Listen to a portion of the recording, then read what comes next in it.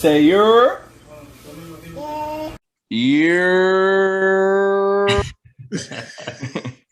What's going on, La Familia?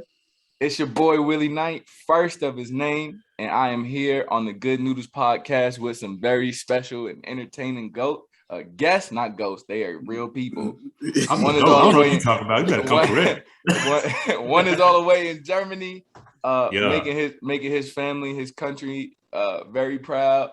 And Mr. Coach Reggie Boston is coming to you live and direct from the East Coast. And of course, your boy Willie Knight is on the West Coast out here. So these gentlemen right here are actually the hosts, plural, of the B&B on the Clock podcast. And they wanted to come on. They already showed me some love and let me come on the show. We were talking about some good stuff, and we're going to drop that link in our comments on our YouTube description. So you can go check out that episode, go check out their channel, show them some love. But we got a few things we're gonna talk about today. Of course, we're gonna tell y'all like what B&B on the Clock podcast is. We're gonna talk about growing up in the trenches, like what that was like kind of like growing up and without certain things available that I'm sure the three of us have already provided to our kids and shit like that. So we're gonna talk about DONDA and Certified Lover Boy. Now, come on now, we had to sit on it for a little bit, get the feel for it, get the vibe. Not just fucking, it came out yesterday. Let's talk about it today. Like, nah, we gotta let it sit, marinate a little bit. You don't just throw steak on the grill. You let that bitch marinate a little bit. Get the flavor going. See what you like, what you don't like, and then boom. We're gonna talk about Donda and CLB, and then last thing we're gonna talk about is I think it's gonna be a pretty good conversation. Real shit. I think this whole thing is gonna be some good conversation. It's gonna be fun. We're gonna have some fun today. That last one, we're gonna talk about the undying support from the Black community. No matter what it is, good or bad, we're gonna talk about it. So let's get it. Let's get into it. So without further ado, we're gonna dive right into it. Yeah. So I'm gonna just pose the question. I'm gonna do the proverbial handoff, and y'all gonna run with it. So okay. What is the B&B on the Clock podcast? Go ahead, Rick. You want to go? Oh, you want to go? All right. So B&B on the Clock is two family members. Myself, Jamar, we're cousins by marriage, and we talk about any and everything. Again, I am Coach Reggie, one of the hosts of B&B on the Clock. I'm your coach's favorite coach. I'm the guy who my takes are, they can be from anywhere sometimes, but you never know with me or how I feel about things because you just never know. We talk about everything from marriage to fatherhood to sports to current events to you name it. We gonna talk about it, man. We talk about everything. We don't hold punches. We don't hide anything. We're very transparent on the show. I'm gonna let my co-host do what he do. Introduce yourself, sir. Yo. 1 2 1 2 1 2. Hey, what's up, man? I'm probably the goofy half of the B&B on the Clock. If Reggie's takes are serious, mine's aren't. I'm very controversial. I like stirring the pot and making things very interesting and uncomfortable. Call me Chef Beezy on the but honestly, this podcast came from us being home. I was home on leave, and we started talking very intensely enough about a certain topic in sports, and then we were just like, hey, you know what? We should put this on a podcast. And I'm mad it took me moving to Germany to actually do something like this, but I'm actually glad it finally came to fruition. 10 weeks later, we just did our first season. So, but like I said, we talk about everything. To, I don't know, man, like not to stir the pot, but how trash that freaking Donda album was, or I'm just joking. Or how much we didn't like Certified Lover Boy. Like we talked on this, so we're gonna talk. We're gonna share our opinions on here too today. So understand, our opinions are our opinions. We're getting busy today. Yeah, today's going down. So we appreciate the introduction. Before I ask you guys to tell the loyal noodles where they can find you, I just got to point something out real quick. You know, detail is everything when you're doing these podcasts. And I know I had my boy Senior, that's Jamar. I know I had my boy Senior on the show today, so I had to throw the Kobe jersey on. I had to throw the Kobe jersey on. It's so beautiful. People know. Crazy, but I wasn't even gonna say nothing. I was like, "That's wild how he threw on the jersey though when I showed up." And then I was like, I don't know what hat I'm gonna wear. It's been a minute since I got a haircut. I had to do all this shit myself this morning, but I ain't get a haircut, so I'm gonna throw a hat on anyway. But I was like, what hat I'm gonna wear? Should I wear just a regular? Or should I just rep the set, throw the Philly hat on like Fresh Prince and shit and be out here?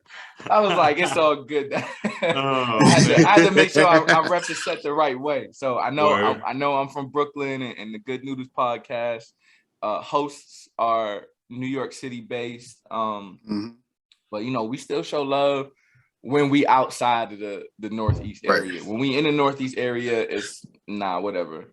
Fuck them. Right. I keep it a stack. It's like, whatever. Hey, man. But like if we in Cali, Texas, Florida, or something, like somebody got something to say about Philly or anywhere in Pennsylvania, we like, don't do that. Don't do that. Right. It's like that sibling rivalry where only I can talk shit. You can't talk shit. You can't do that. Not real rap. Only I can do that. You can't do that. Don't do that. Right. Chill out. But tell the loyal noodles at home, where the fuck can they find the B&B on the Clock podcast? Hey, Reggie, do the plug. Reggie, do the plug.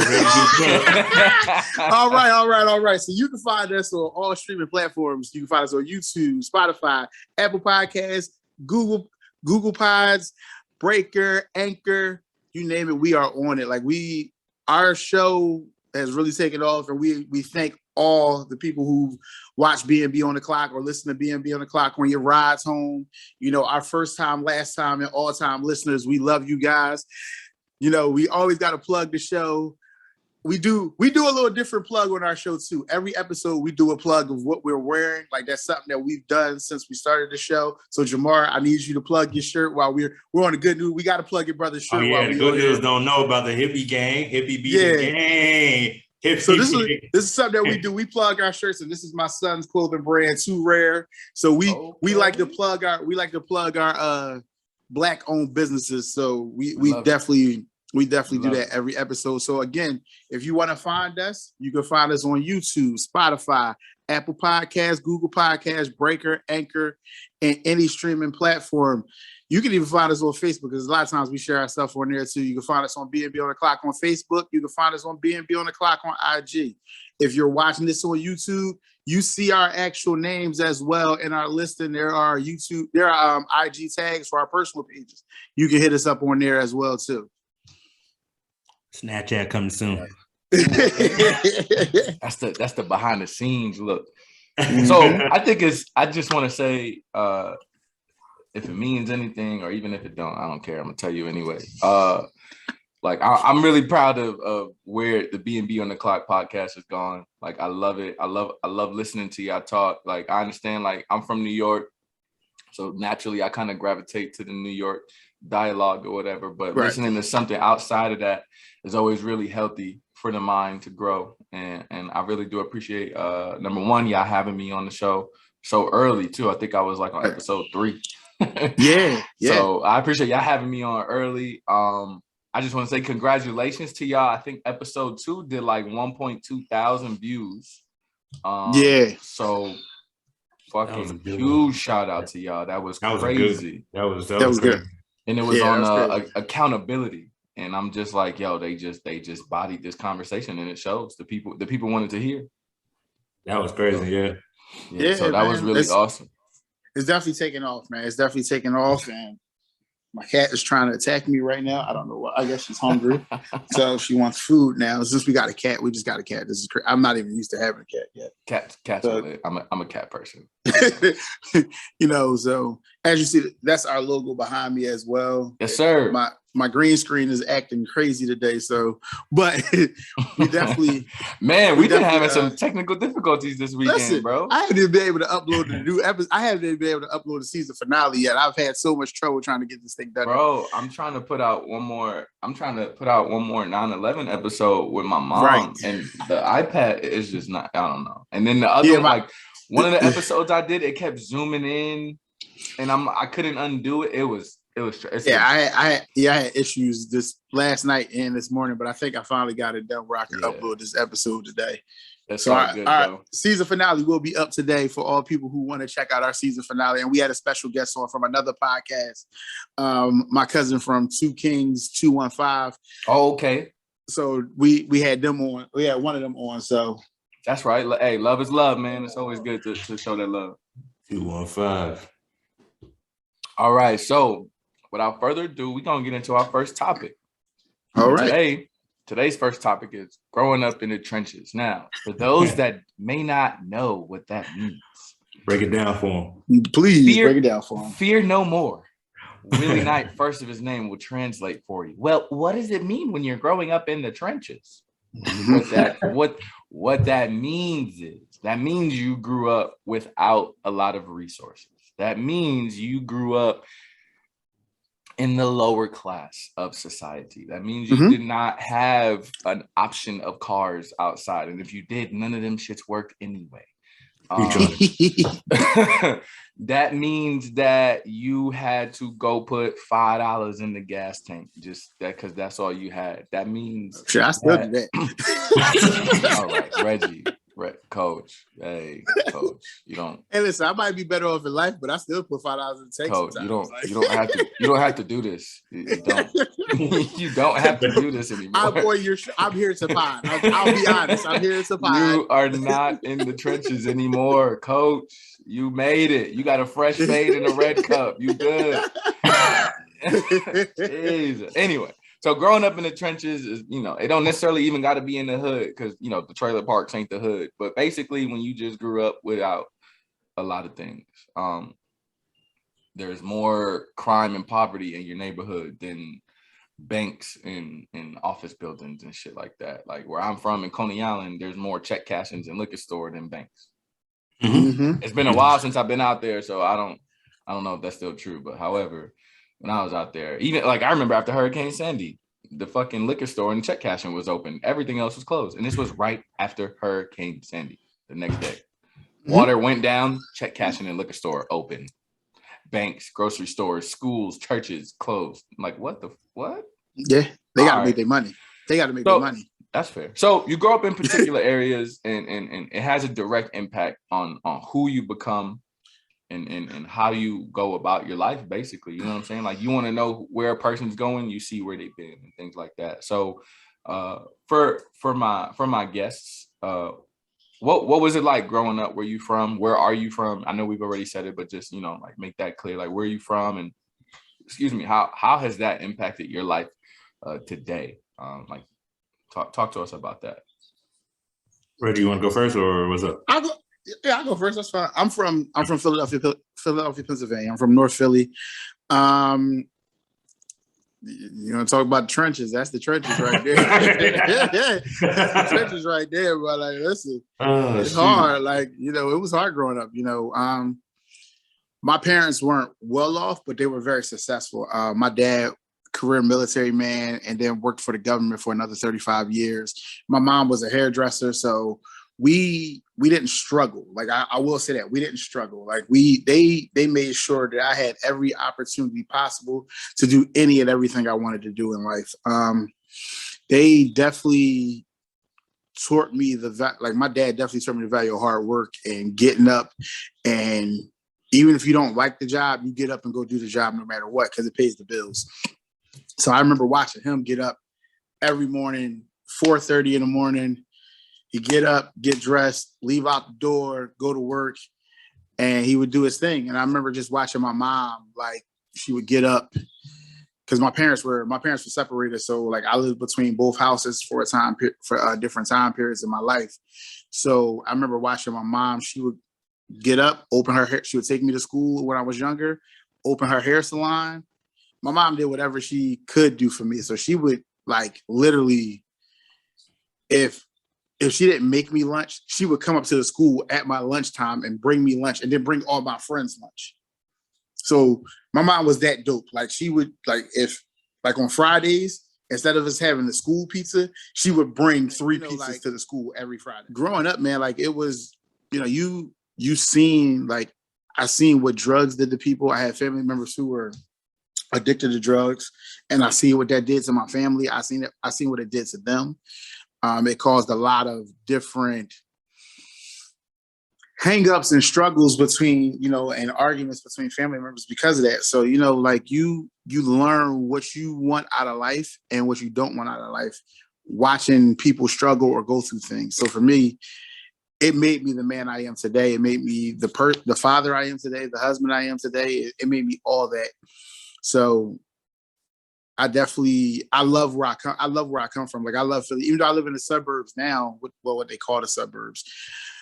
If I say where I live at from people from Philly, they're like, "Oh, you live in the suburbs now," but I don't really think it's the suburbs. But okay, whatever. Right, Jamar, you know where I live. So it's not really the suburbs, but but if you ask people from Philly, like, it's the suburbs. Yes. So yeah. So I definitely value where I come from, and I always go back and give back to where I came from. I never forget the people. Like, I know people who still, like, older people who watched me grow up, and they're still in their same house. They my dad's same neighbors. Like, it doesn't change. Like, and the hood always gonna be the hood. The hood always gonna be there. The hood always gonna know who you are. My wife says it all the time. I can't go nowhere without somebody saying what's up or hello to me, like they don't know, like they know me. So it just happens. Yeah, Jamar, you've been out with me. You know how that goes. So, but go ahead, cuz talk about where you from, because you got a couple different locations where you from, technically. Right. So for me, even though I do have Philly roots, I was adopted, so I was raised in Harrisburg. Harrisburg is the capital of Pennsylvania for all those illiterate people out there. So I could read. I just didn't go to class that day when they were talking about it. But most people think Philly is the capital of Pennsylvania. Come on, talk about it. Yeah, exactly. A lot of people think New York City is the capital of New York. Let's talk about it. So, but it's the team voted team captain. That's all it is. But it's not the coach's team captain. The players was like, they gonna do that. I was like, man, that's wild. But so for me, like, when I was adopted, we actually had it. I lived in the projects. So for me, being adopted, I remember I got jumped like my second day I was adopted. So like, right, it was like culture shock for real. Like, I was just taking out the trash and dudes just jumped me. Like, it was crazy part is we became like really good friends later on down life. But I was like, we were all, because they were like 6. We were like all 6, 7, 8. Like they was like 8-year-olds or whatever. So like growing up, we kind of grew up in the projects. Everybody knew each other's moms back then. You know what I mean? So it was squashed real quick. But growing up in the projects was different because you got to see a lot of stuff that you didn't know what it was at that age. I saw drugs being made and bagged in the kitchen. I just didn't know what they were doing. Right. I remember at 7 when in the wood line, it was a bad smell. Boom. Like a week later, we found out it was a dead body that was back there or whatever. You know what I'm saying? Like, a lot of stuff as little kids, we got to see it too young to the fact that you came, your senses were dulled later on. Like, you see a drug deal going, it's like, whatever. you see a crack pipe laying around, you see a syringe. Oh, okay. Hey, clear that so we can play ball. Like, that's how it was for me. Then we went through different phases in life. My mom got a job at the state, and then we moved to Stilton, Pennsylvania, which is like the suburbs for real. So I got to experience that life. That was love. Man, if I take me back, okay? That's real suburbs. Oh, yeah, that's real suburbs. So I was like, hey, man, that was like the best, like, 2 years of my life. And then, boom, we got moved back to the hood or whatever. So, like, after that, I just kind of understood, like, I was really street smart at a young age. To the point where some might call me ratchet. I'm just very urbanized, okay? Unlike most folk, but ratchet. But nah, so I think for me, it kind of just made me the whole common sense factor. I had to learn it really quick. I was the oldest of 4 that was living in the house. My 2 older brothers had already moved on way before I got there, so it was 4 of us that grew up together, and I was like the older one. Also, my mom ran foster kids in and out the house. So a lot of that as well, I had to learn how to, you know how in the Army, right, where you have people go to different duty stations that you just got cool with them after like 2-3 years they've been there. Next thing you know, you're all up and leaving. for me, that was like every 4 or 5 months, you know. Yeah, like when Jamar Butler Sr. left. Hey, I ain't gonna lie. It was hard. Hey, that was a moment, bro. I was here with it, goddamn. I was here. But nah, so like I think like a lot of who I am today. Now I take a lot of it. The Army did make me like about good 65%, but that 35, I will say that was like hopefully I did my math right. That 35, it was definitely like what my neighborhood and my environment, to the point where how I raise my kids. Now, I mean, it's so weird because I don't have to. I know we're about to get in that next, but like a lot of the stuff that I could like in parenthood or fatherhood, I try to implement, but I really don't need to, if that makes any sense, because it's not the environment that I'm in. But yeah, man, I appreciate the one big thing I do appreciate the things that I have now. The things that I didn't have growing up. You would hear me, I said every other day, oh, I didn't do this growing up, so I'm gonna go out and get it. Like that's been my main thing. Why are you buying cable? You can just no, I have cable because I didn't have it growing up. Like there's a lot of stuff I do because I didn't have. Why do I have so many stickers? Because I only had 2, and that was N1s and Shacks. Like I'm not going back to payless ever again. Like ever. So there's a lot of stuff I do now just because legit I just didn't have it. So yeah, that's about it though, man. So that's good because you know, like I keep it a sec. Like it's hard sometimes. Like it's difficult sometimes where I don't have to raise my kids in the trenches, but it's just like certain things that I needed to do. Like I'd be like, you know, like not that I look down on them, but I'd be like, yeah, what the fuck? And I'm like, oh my God, I didn't have it like I have it. Like so it's like, okay, like I'm not really tripping. Like they be Of course, just it's a generational thing too, because you know, you take away the Wi-Fi and the video games, and like I can't tell you how many times the kids have came inside from being outside and be like, I'm bored. And I'm like, right. Well, right. Go do something fun then. What the go outside. What are you doing? Yeah. Like, and then listen, I was outside sun up to sundown. I'll say this: my middle son, he is outside sun up to sundown. Like he'll figure out how to stay outside. Now my older son, he's on the game. He's on the phone with his friends. Yeah, my middle son. As soon as I speak him up, he walks right up the steps. So it don't even take. Have much, you summoned me, coach? And then my daughter, she is all technology, so she's iPad crazy. But like, if she's around other kids, then the iPad gets put down and she'll play. But if it's nobody around her age, she'll sit on her iPad and play all day long and won't think twice about nobody else. So what was that like when you finally left the hood? Like, was it like, damn, like it was crazy. You so caught up in the trenches that you just like, nah, fuck it, I'm gonna forever be. So we all met those people in the military. Where it's gosh, don't get me started. You don't. First of all, you weren't even like that when you were in the trenches, and all of a sudden you a gangbanger. Listen, so it's crazy because like I originally went to college first. So my first experience leaving was going to college. So I went to college for a year, and I remember like I was 18. My parents took me to college. We're all excited about me going to college. And then I got there and realized school wasn't for me. Like that wasn't my path in life. So, so I just partied the whole time. So it was like, like I seen people that I grew up with and people that I've known a long time. And we all in college and we're just partying and trying to learn life. And I remember walking past a flyer. This is how I knew my life path was destined for something else. I walked past a flyer and it was for the Army. And I remember I looked at the flyer, and all through high school, I said I would never go in the military. Even though I was in ROTC in high school, I kept saying I'd never go in the military. The military ain't for me. This ain't what I want to do. And I remember looking at this flyer, and I stared at the flyer for like 20 minutes. It felt like 20 minutes. And I'm like, yeah, maybe I need to do that. So I remember calling hold of my pop, and I was like, yo, I think I want to go in the military. And he was like, whatever, and hung up on me. Like that was literally how he did it. He was like, whatever, hung up. So I remember I came home that weekend and we were sitting there and I'm like, yo, school's not for me. Like I'm not interested in it. I barely go to class. Like I'm wasting everybody's money with this. And he was like, so what you want to do? I was like, I want to go in the military. He was like, he started laughing at me. I was like, yo, like, I'm serious. Like, I want to go in the military. He was like, I'm dead ass. He was like, yeah. All right. He's like, if you bring a recruiter here, that's when I believe it. 2 days later, recruiter showed up at the house. you said your dad was in the military, right? Yeah, but my dad knew me. He knew I didn't want nothing to do with the military at first. I go meet the recruiter the next day. I'm like, so can you come to my house a couple of days later, whatever? My dad doesn't believe I want to do this, whatever. He was like, all right, cool. He came. Mind you, I didn't need my dad's consent or nothing, but you know, I still wanted to prove to my dad this is really what I wanted to do.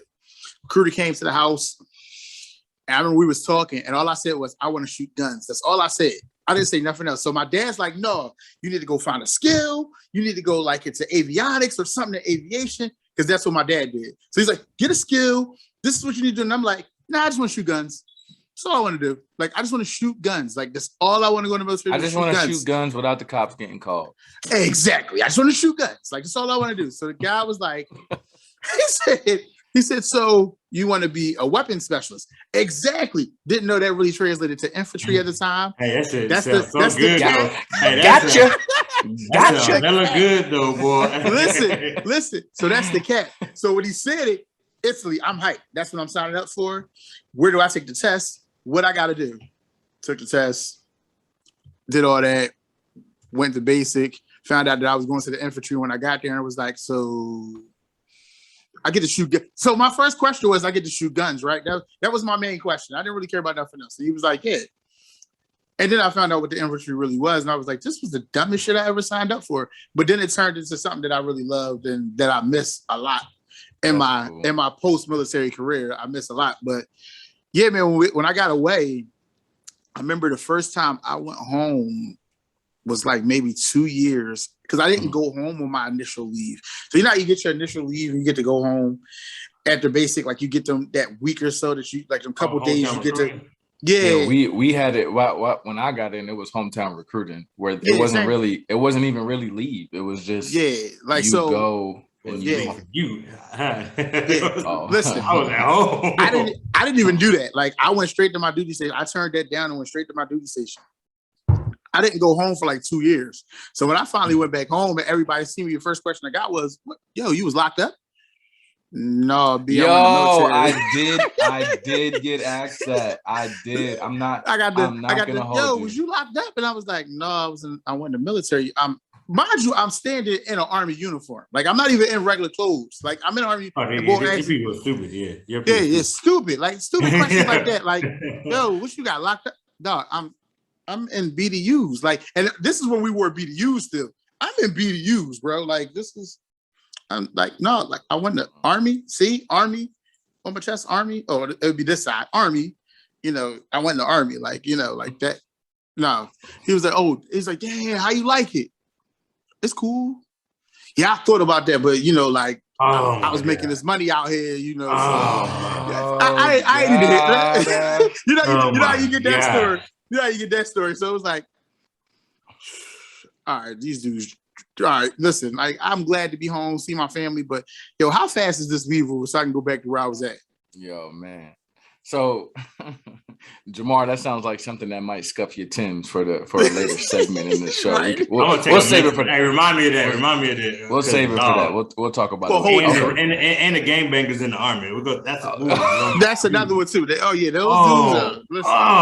Okay. Hey Willie, I got a question for you because what's up, man? You're a little bit younger, so I got a question for you. I know we about to drift off topic, but 9/11, where were you at during? Because we talked about this on our show, so I don't know where you was at during 9/11. Like, how old were you? Like, where were you at? So I was 8. I was 8 years old. I was in school. Okay. And then like I'll give y'all the quick one, the longer extended version for the loyal noodles listening that also want to know where I was. Yo, episode. Watch that episode. Watch that episode. There's one with my boy Matt Bilgore. His dad was a firefighter that responded. He later became a firefighter. And then there's one with my sister. She tells a story. And then there's one with my mom. That's where I tell my story and she tells hers. But I was in 2nd grade. I was in school by the time all this shit went down, because the first plane hit at like 8:30 something. The next one hit like maybe 20, 30 minutes later. teachers were all frantic. They was fucking going crazy. But like the teachers were, one teacher, our teacher said it to like another teacher. And the girl I was sitting across from, she broke down hysterical crying. That's the Amaretta. She broke down hysterical crying because both of her parents worked in the towers. And she knew off the rip like what that implied. Unfortunately, later we learned that was true. Both of her parents did perish in the towers. But it was crazy because where I'm from in Coney Island, you can see the Manhattan skyline. Okay. So yeah, I was about to ask you that. My uncle picked me up, and by the time he picked me up, it looks like it was snowing. Like there's ashes, there's papers, there's just all types of other stuff.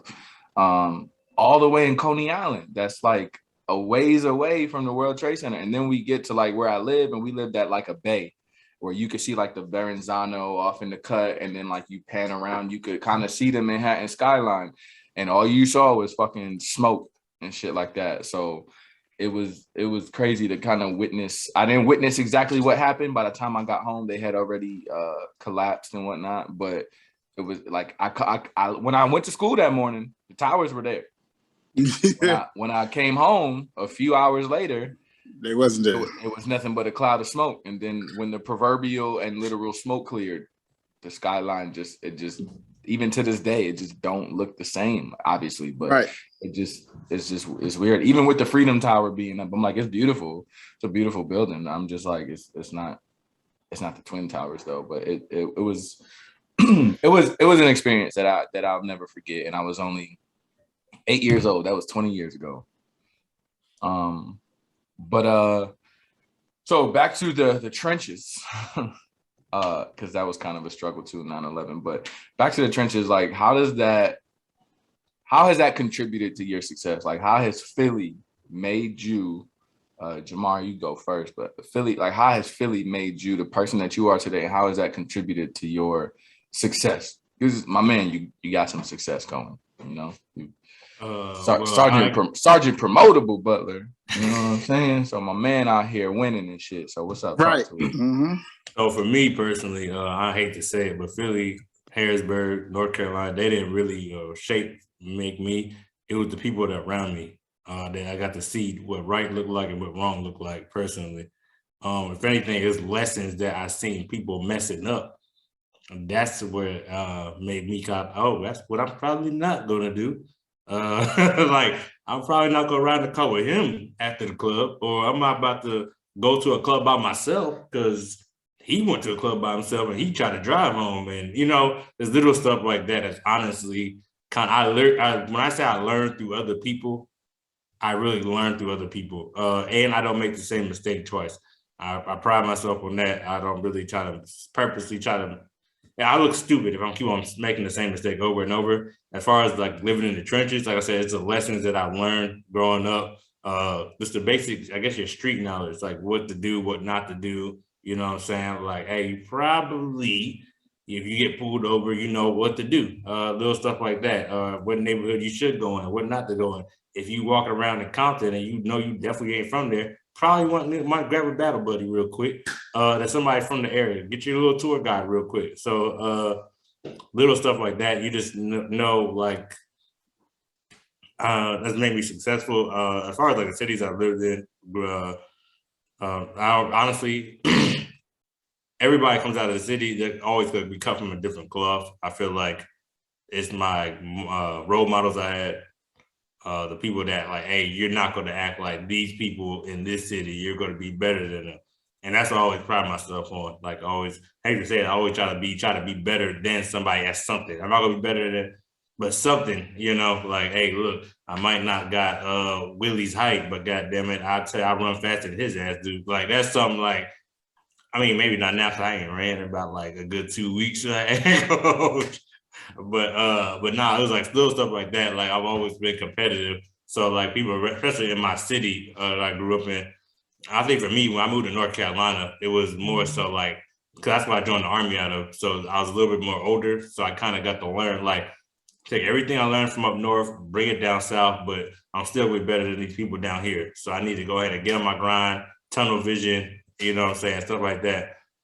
So for me personally, it was more so the role models and the people I had, because I did move a lot. So I just had to have a good circle and like, hey, don't worry about what everybody else got going on. Just do your own thing. And so that was my method in life and how I became somewhat successful. Okay. Coach Reg, what you got, man?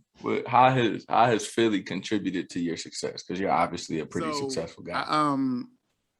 For me, Philly definitely molded who you see today. Like, it has so much to do with my parents and the older guys I grew up around. So my dad was like the guy in the neighborhood. Like, everybody knows my dad. Everybody respects my dad. He's done everything from, I don't really want to say all the stuff he's done, but he's done a lot of stuff. So he's one of those guys. So everybody knows who he is. And, you know, when he went in the military, he kind of left all that behind, but everybody still respected him when he got back.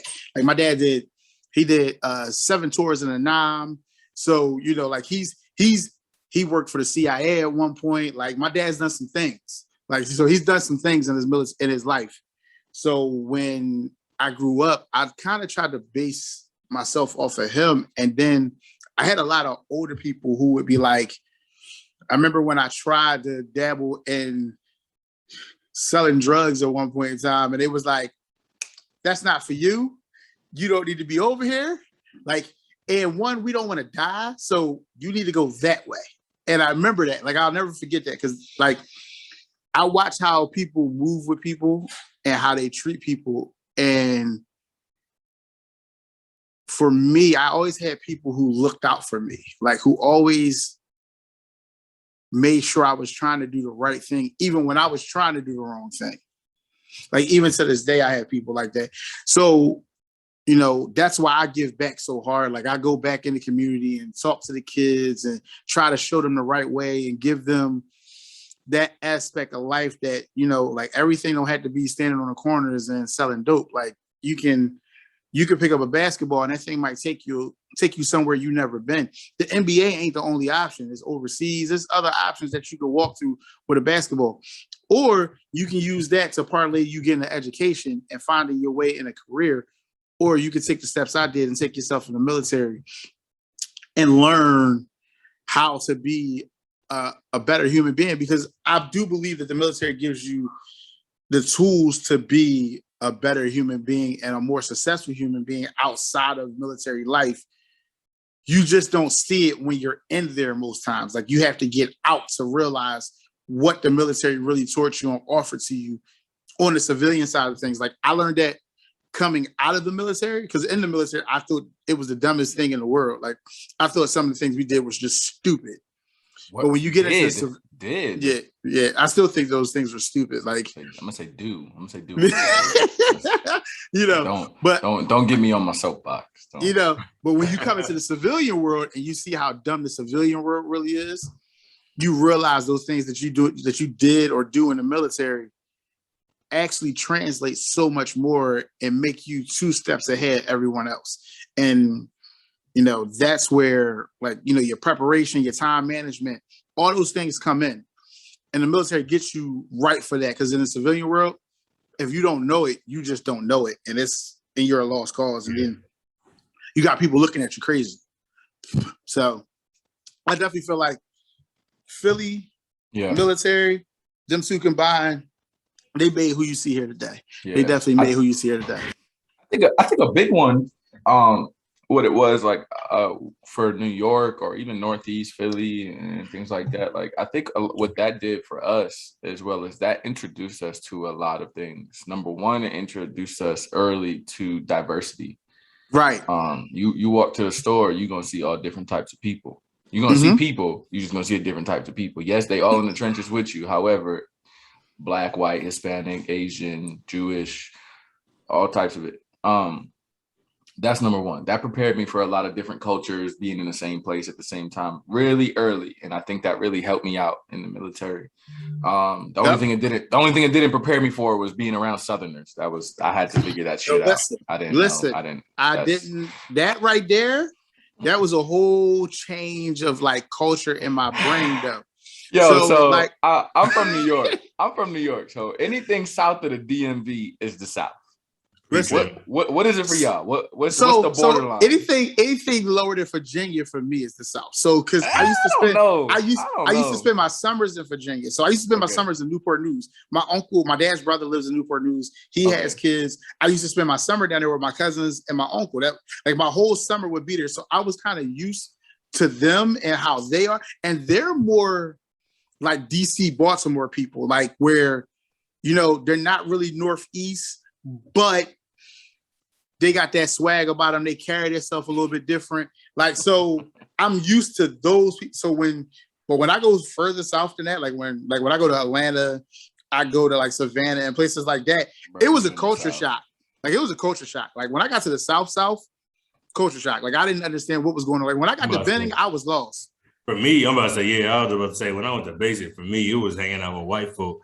Because I didn't really hang out with white folk growing up. North Carolina, Pennsylvania, I just didn't hang out with them. So all the white jokes and the white way of life of not taking, it was a lot, okay? It was a lot. Yeah.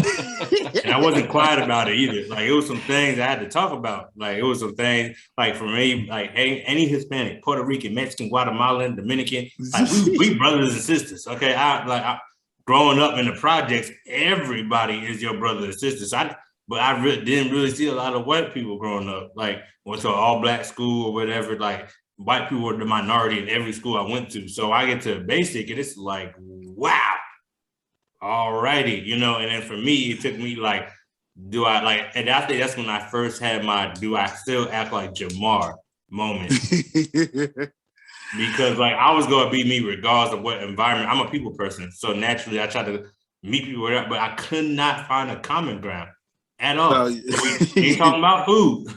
We ain't talking about food. We ain't talking about clothes. We can't talk about shoes. So it was like, I'm lost. Can't talk about politics. Can't talk about Jesus, a lot don't of do things. that. Don't do that. I ain't gonna lie. I ain't gonna lie. Like I remember my dad. He worked on. It's called NAV ICP. It's part of the naval logistics part of the Navy. It's the logistics part of the Navy, but it's the civilian side. So my dad worked there. And I remember the first time I went to his job, and before we walked in the building, he was like, I work with a lot of white people. Like that's exactly what he said to me. From the rip, he was like, I work with a lot of white people. He said, so understand, you don't know what this is like. So I want you to understand that white people are different than us. You speak to everyone, be polite, be who you are, but just be polite. I remember him saying that to me. And then I remember my dad used to play softball at the job because they had a softball team at the job.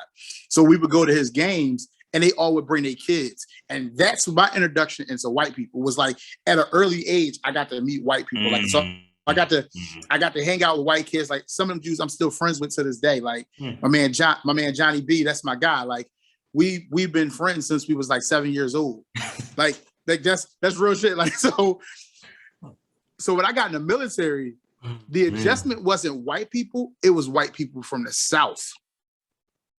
That was the adjustment.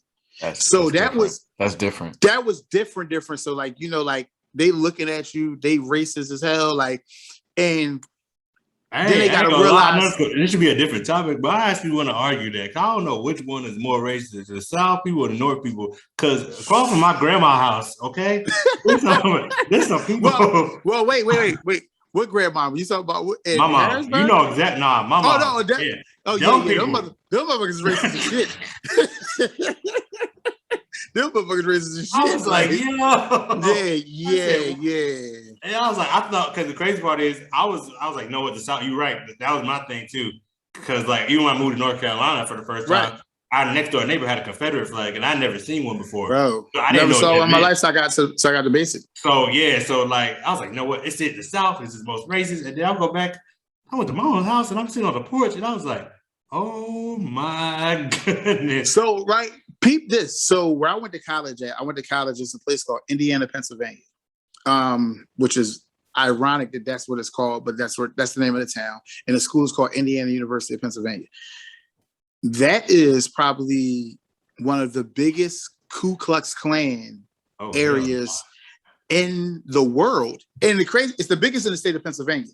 So you get to school and it's all white people and you see Confederate flags and you find out, like, they don't tell you this on the tour. Hey, Reggie, you applied for this college. Exactly. So here's the goofy part, right? You go on the tour to the school, they tell you none of this. You don't meet the black people at the school when you take the tour either. So of course they don't let you. They don't let you. So when I went up there as a senior, we didn't meet none of the black people. Niggas standing by the door, like, right. So like you go on a tour with a little white girl. She takes you around. She shows you the school. They don't tell you nothing about the community and that. The school seems great. You see black people all over campus, so you're like, oh, there's a lot of black people here. I remember my first day on campus. Like, my parents took me up there. We moved in. And I saw my cousin. I didn't know my cousin went there. So I see my cousin and I'm like, my mom's like, yo, that's your cousin. I'm like, what? I'm like, damn. And I look up, I'm like, oh shit, it is my cousin. I walk over to him, we talk, and he was like, yo, we're in the biggest Klan area. Make sure you stay near me at all times. And my mom's like, what? And I remember just standing there, I'm like, I picked the right school. Like, I don't even know like what I'm doing here. Yeah. Like, maybe that further contributed to why you were like, this ain't for me.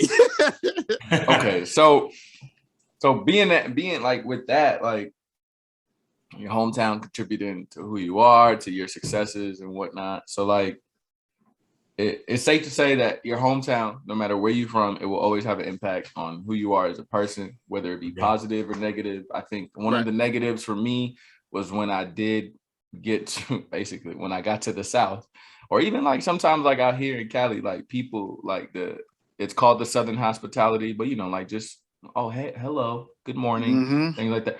Nah, I don't do that shit where I'm from. So it was like people were doing that to me, like when I got to North Carolina, and I'm like, what? Because where I'm from, people saying hello to you that you don't know, they either trying to fuck you or fight you. And listen, it was just like, I remember it was me. When I got to Benning, it was three black guys. It was me and two boys from New York. Oh no, we had a white boy from New York with us too. And it was like 4 or 5 of us, and we was all standing there and we were talking. And everybody kept coming up and saying hello, and we're all from Northeast, East Coast. Like, everybody's from Northeast, East Coast. And we not saying shit, and we all looking at each other like, yo, why the fuck does everybody keep speaking to us?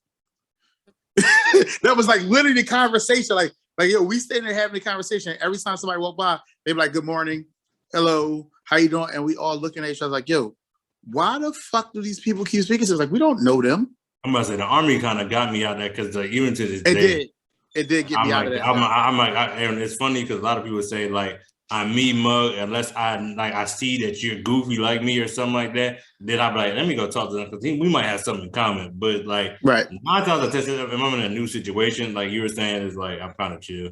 I just sit back and watch everything real quick. And like, I think I like how you say moving to Cali, because Cali was different for me, because everybody, like, especially when you go like to Walmart, right? Everybody like all up on your grill. Like, I'm just trying to shop and get out. Leave me alone, bro. Like, you want to fight? Like, that's how it was when I first got there. That's that Northeast thing. We all think that you want to fight first instead of just always ready. We always on ready. Like, and that's another thing. Like being from the trenches, like you kind of always on alert and always on defense. Where it's like, because you don't know, like somebody really might come and try to. That's why I started roasting people, bro, because I feel like I always got to defend myself at all times, and I can't fight. So I just roast you. So, fight. Yeah. So it's like, man. All right, cool. So that'll close out our topic for talking about growing up in the trenches. So listen up, loyal noodles. If this is something that touches you, if you came from the trenches or you still don't know what the fuck the trenches are, comment, hit us up. Get up on IG, like talk to us, hit us up on Twitter. Comment on a YouTube video. Just let us know. Give us your feedback. It's really easy to do. If you watching us on YouTube, you are already here. Right. Unless you driving, you might as well just go in the comment section, Let us know what's up. But we're gonna go on to one of our favorite segments. It's called Scuffs My Timbs. Jesus be offense. And I'm gonna talk about what scuffs my Timbs. So one thing that scuffs my Timbs is the immediate feedback of projects and movies and albums and things like that. Like, my G, can you let it breathe a little bit? Like, yo, you made it to track 3 and you already on Facebook talking on your head top, talking about, oh, this was trash, it was garbage, this ain't it, it's mid. Or you on the opposite side, like it's fucking, you 4 songs in and you like, oh, this the best album of the year. Like, bro, sit down and like, how about you shut the fuck up and pay attention to what you trying to critique? I feel attacked. Bro, like, yo, Donda right there. Donda was out for 20 minutes and everyone was like, oh. And that was him. First of all, it wasn't 20 minutes. It was about like 3-4 hours. Okay. And I just so happened to listen to it. Right there. It took me about 4 hours to listen to the whole joint and let it marinate, and I got my opinion. I'm sorry, I'm fast with my opinions. Okay. Yo, listen. Hey, I ain't gonna lie, I'm never under like first 4 songs of they back and they fire. That's me though. That's my reaction. Yeah! We got a hit. We got it. Listen. Oh shoot. So it's just weird. It's weird. Like, why? Like, why you can't give it time? Yeah, I'll say this. Like, with Scuffs My 5 business days. Yeah, like let it marinate. Like, give it 2 listens. This is why I'm always on my guard. This is why. Like, give it 2 listens, bro. Like, I'm with you, Willie. Like, I hate that shit too. Like, I don't comment on albums or movies. Like, movies is different. Like, I comment on a movie after I go see it. But albums, I got to give it 2 listens. Like, I got to give an album 2 listens, at least 2 listens before I really dive in and give my take. Like when we talked about these 2 albums on the show, I didn't have to listen to them like at least 5 times now. So my take is my take. And when we talk about these 2 albums in a couple minutes, I'm gonna get the same take I gave yesterday. It even might have some added shit to it because now I done thought about it even more. And I watched now you said what you said and you thought about what you said. I've thought about what I said, and I got some more shit to say about this shit now. Yeah. What Scuffs My Timbs is social media culture in a whole. Ooh, talk about it. So we talked about this on the show yesterday, Jamar. Remember what I said yesterday about social media culture? I don't like when someone passes away and the family doesn't have the opportunity to find out before it hits social media. Like, again, we go back to I'll use Michael K. Williams as the example as we used yesterday. He passed away and his son didn't get, and you got to blame his family too, but he didn't get the opportunity to find out that his dad passed away before finding out on social media that his dad passed away. Like, TMZ had already reported it 10 minutes after the news broke. TMZ some fucking scumbag. And he finds out on social media. I got beef with TMZ. Like I told you yesterday, Vanessa Bryant should not have to find out that Kobe Bryant has passed away. By and TMZ. She lives in California. That's my point. Like, that's my point about social media culture. Like, I hate that we all, like, I know when my mom passed, I waited at least a day before I actually posted to social media. Like, I told everybody I needed to tell first, because I felt like if I tell them through social media, that would be doing them a disservice to find out that way. So, like, I made sure everybody knew first before I went to social media and then told the world. Like, I even drove around and told people before I actually went to social media with it. I feel like social media culture, everybody wants to be the first one to break the news. What year is this? You driving around? You got on horseback and rode through the neighborhood? Hey, listen, man, some people numbers I don't got, man. Like, some people I can't reach through phone. So I remember where you live at. Like, listen. Hey, listen, man. Like, if I remember where you live at, I'm going to knock on your door. My man said he drove around. Listen, man. Beer running through listen, the hood man. Right now. I don't got your number, and you definitely ain't on my social media. Like, I'm gonna go to your door and make sure you know. Like, because I ain't with. I'm just not, bro. I get it. I'm not like. I know I do a lot of talking on social media. I do a lot of talking on social media, and I just express how I feel on social media. It's never. I'm not the one big on stealing memes and taking a meme and then using that as how I feel. No, I write what I write because that's what I had in my head when I was thinking it. So I'm never. That's why I say social media culture is it's weird because people just they run with some information as soon as they get it. Like they don't even hold it, try to think about the other side of it. Like in Philly, like it's so bad.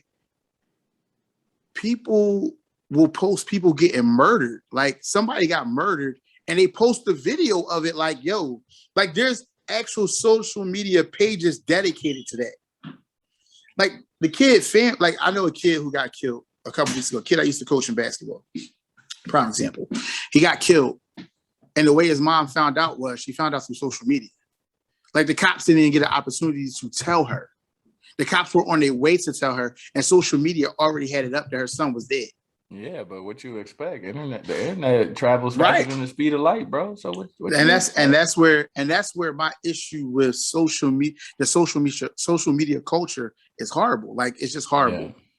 I say my family did a wonderful job of keeping that shit off social media because my cousin passed away July 15th, 2016. I didn't find out till the next day when staff duty called me. Like nobody called me or nothing from the. Actually, my cousin called me. My other cousin, he called me and he was like checking on me and he was like, "Oh, like you good? How's everything?" And of course, it was just out the blue. Like it's not like like we don't have a rapport. It was just weird that he called me. So I'm like, yeah, no, I'm good. But I thought it like he wasn't doing shit. He was just calling to check in. And I was like, that's cool, because I'll be doing that sometimes. But then he was like, there was like a pause and he was like really concerned with like, hey, how are you feeling? Are you okay? And I'm like, yeah, bro, I'm chilling. I just got out of CLS. I'm straight, bro. I'm about to go home and start the weekend. Like, and then there was like a pause and he was like, all right, bro, I'll talk to you tomorrow. And I was like, all right, bet, say less. Right. And then the next morning is when I got the Red Cross message and all that other shit. But so there's that. But I see. I was going to say on your comment about social media. It's funny because I have two instances. When Lil Man got shot, my brother Lil Man, when he got shot, I found out on Snapchat. Legit. Before I came home. It was literally, and we always celebrate because weird. I found out on my birthday. Believe it or not, I was in Vegas at a strip club, and I was literally coming out the strip club, whatever. Turned up my birthday. I'm liquored up, and I'm posting on Snap, and I just so happened to click through other people's snaps or whatever, and I was like, wait, what the heck? What's wrong with Fonz? That's my brother. Hey, hold up. Hey, time out. So I'm calling his boy like, hey, yo, what happened? He told me. I'm just like, I need to go home, sleep this off, and I need to check on this in the morning. And then it's like, but by the time I said the crazy part, nobody hit me up until I called and reached out. So that was one. I think we learned from that because when my aunt Tina passed away, I got a call immediately. I was literally ending my day. I think we had worked down at Surface, and I was down there. I was ending my day. I'm like, yeah, you know what? It's a Thursday night. We about to go on a 3-day. The only 3-day we about to get. I'm about to go to the class 6. The one class I never failed, and about to turn up, and then so boom, I'm on the way to the class 6, and then like my sister was like, "Hey, yo, what are you doing right now?" And I was like, "About to go to drink, but what you doing?" Like, turn up, and she was like, "Nah, Tina died." Da, da, da. And I was like, "Oh my goodness, well, I need to definitely go to the class 6 now." So it was like one of them things, and I didn't find out on social media. Like everything was kind of kept on the wrap. So I will say my family has definitely gotten better with as far as communicating things that are urgent, like keeping them off social media until the time is right. If it just need to be on social media, like I will say we do a pretty good job as far as that. So just finding out these tragic things. I get it. First of all, I want to say I'm proud of you. I didn't really this segment it started way before the Good Noodles Podcast. I've known you a little bit longer than the Good Noodles Podcast. Hey, so when I first seen the very first episode, and you're like, Scuffs My Timbs, I was like, man, that had you written all over it. So it was just funny, like, I'm actually doing this segment now. I've been waiting for this moment for a long time. And I tell you what. You New Yorkers with this Scuff My Timbs thing. Like, hey, that's a big deal, though. Hey, let somebody scuff them butters, though. Hey, somebody scuff my butters. Hey, what's up, bro? You sick? Hey, anyway. Hey, but so for me, it's all these. I have 3 major ones, It just really gets on my nerves. Shout out to all the people that were like Olympians before they joined the military. You know, all those that ran a 4-0. You know, they were like the long jump, broken records. They dropped like 40 a game. You know, 7 touchdowns a game. You know, one of those stellar athletes, and they are Poke High, Al Bundy Poke High. Look, they are garbage. Okay. And then the ones that are athletes, do you ever see them at PT formation? End of discussion. Okay, all right, moving on. I think that one right there, I feel is like for me, it really gets under my skin because I'm like, first of all, if I can hold you, that means you were garbage and your team was trash. Okay, like that's one.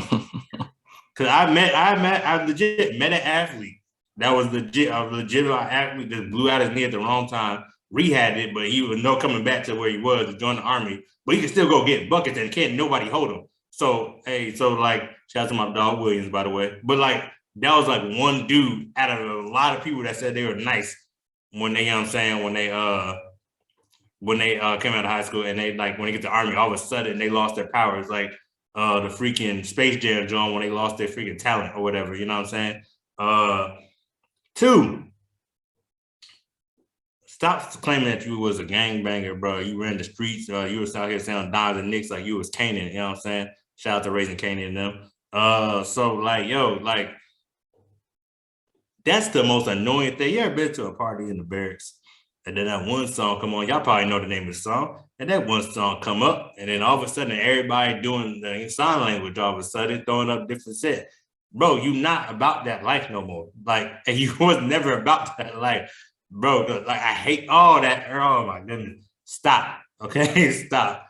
And the last but not least, don't go all the way through basic. Get to your duty station. Find out what you don't. This ain't what you signed up for. All of a sudden, you got this one crazy ass NBA 2K injury, and then all of a sudden you out the army. Bro, don't waste my time as an NCO. That really grinds my gears, okay? I mean, my bad. Scuffs my Timbs. Hey,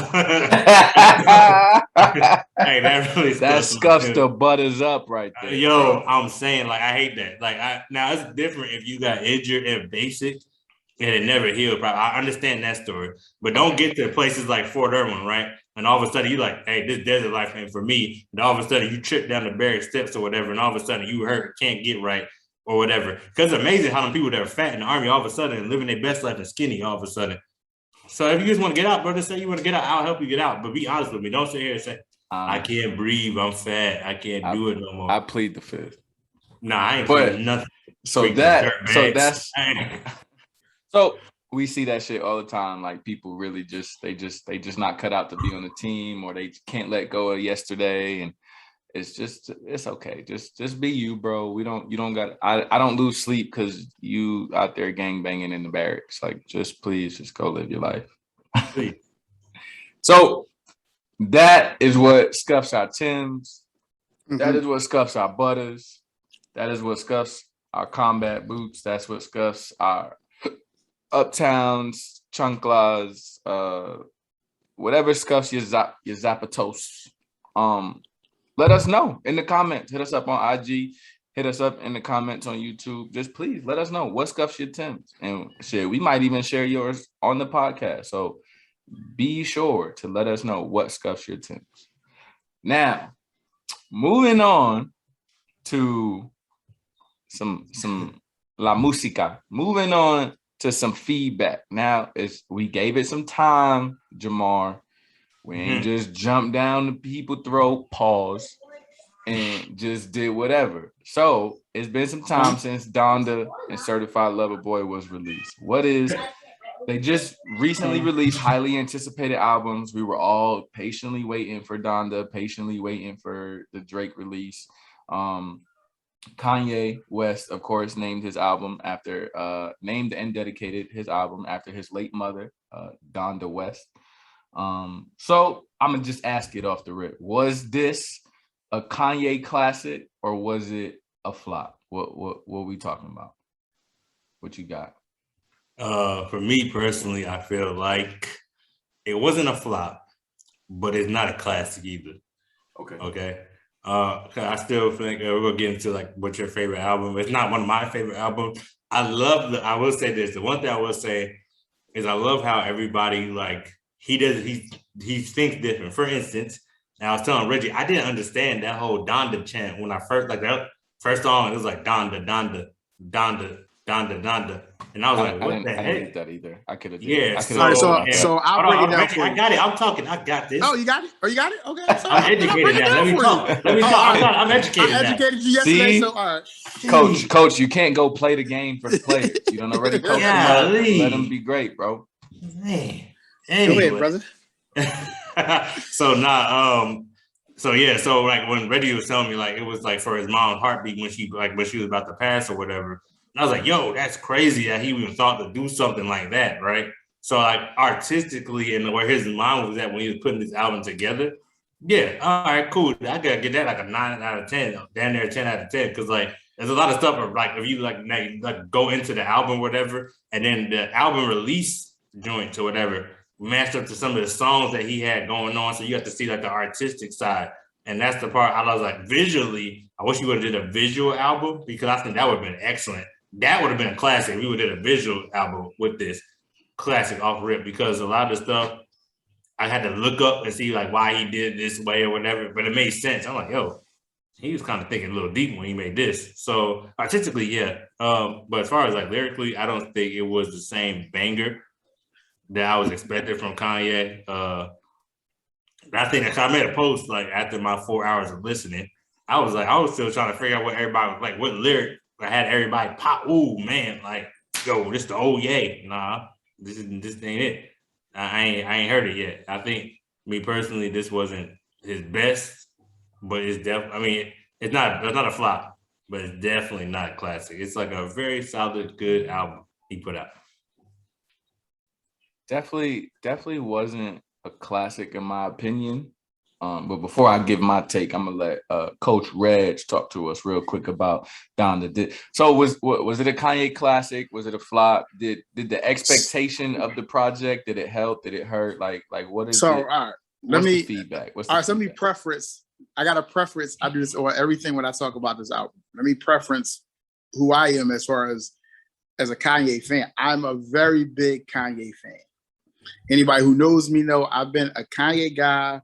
Before College Dropout, I was a Kanye guy. So production wise, I gave this a 9 out of 10. I think the production, everything leading up to it, the listening parties, all that, I think all of it was amazing. Yeah, so production wise, I think he made a mess. It's a work of art.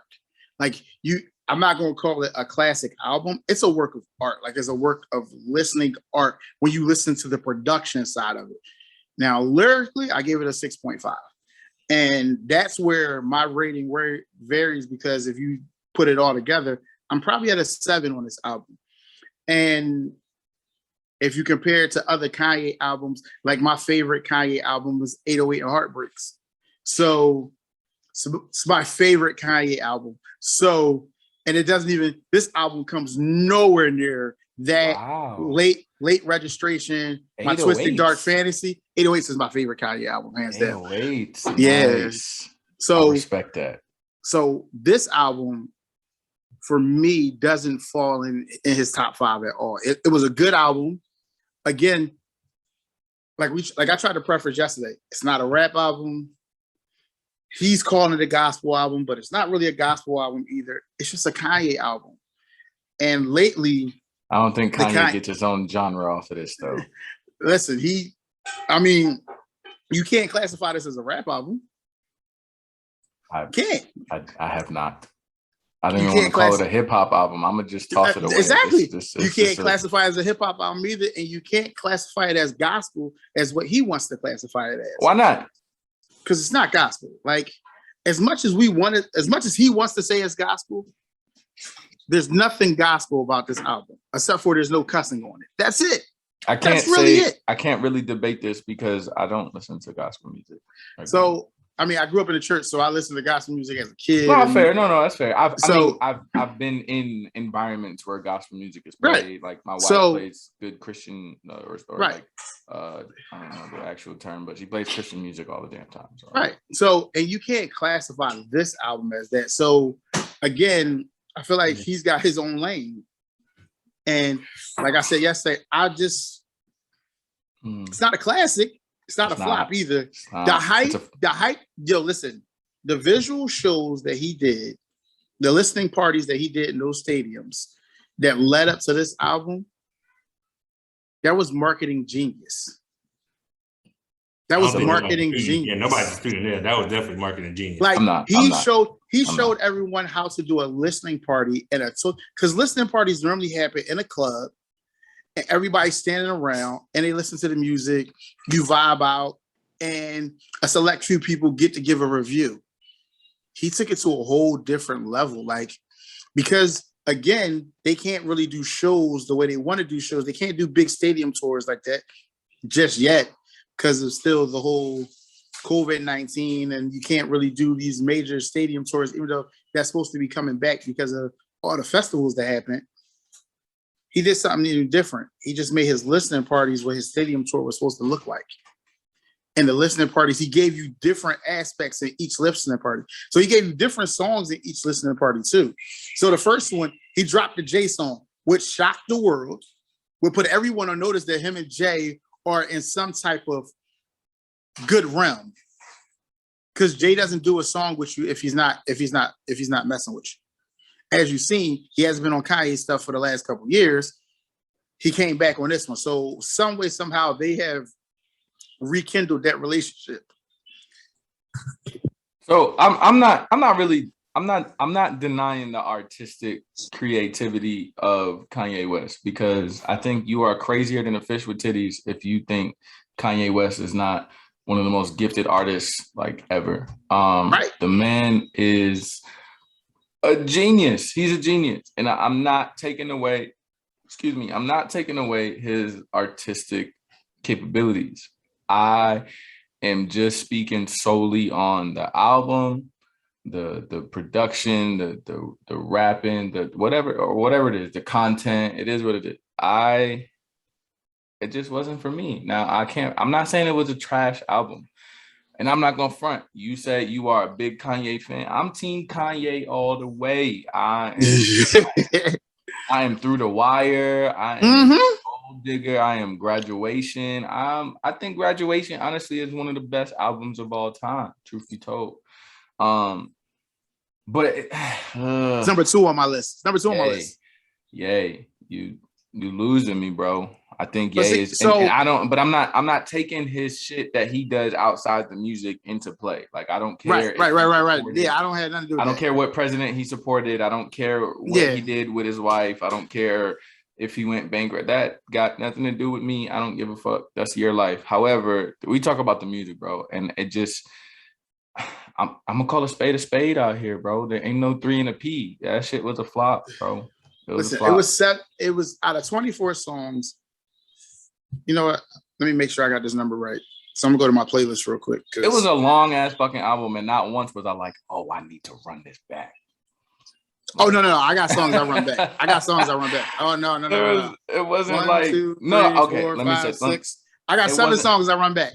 The whole album, like I like to listen to albums. I'm old school, bro. I am too. The album. I am too. I wasn't running this whole album back, bro. Yeah, I know. I didn't run the album back, but I got 7 songs that I'm 7 deep.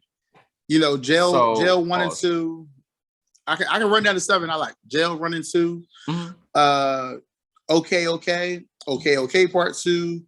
The Moon, Off the Grid. I think it's Jesus is Lord is the other one, and that's it.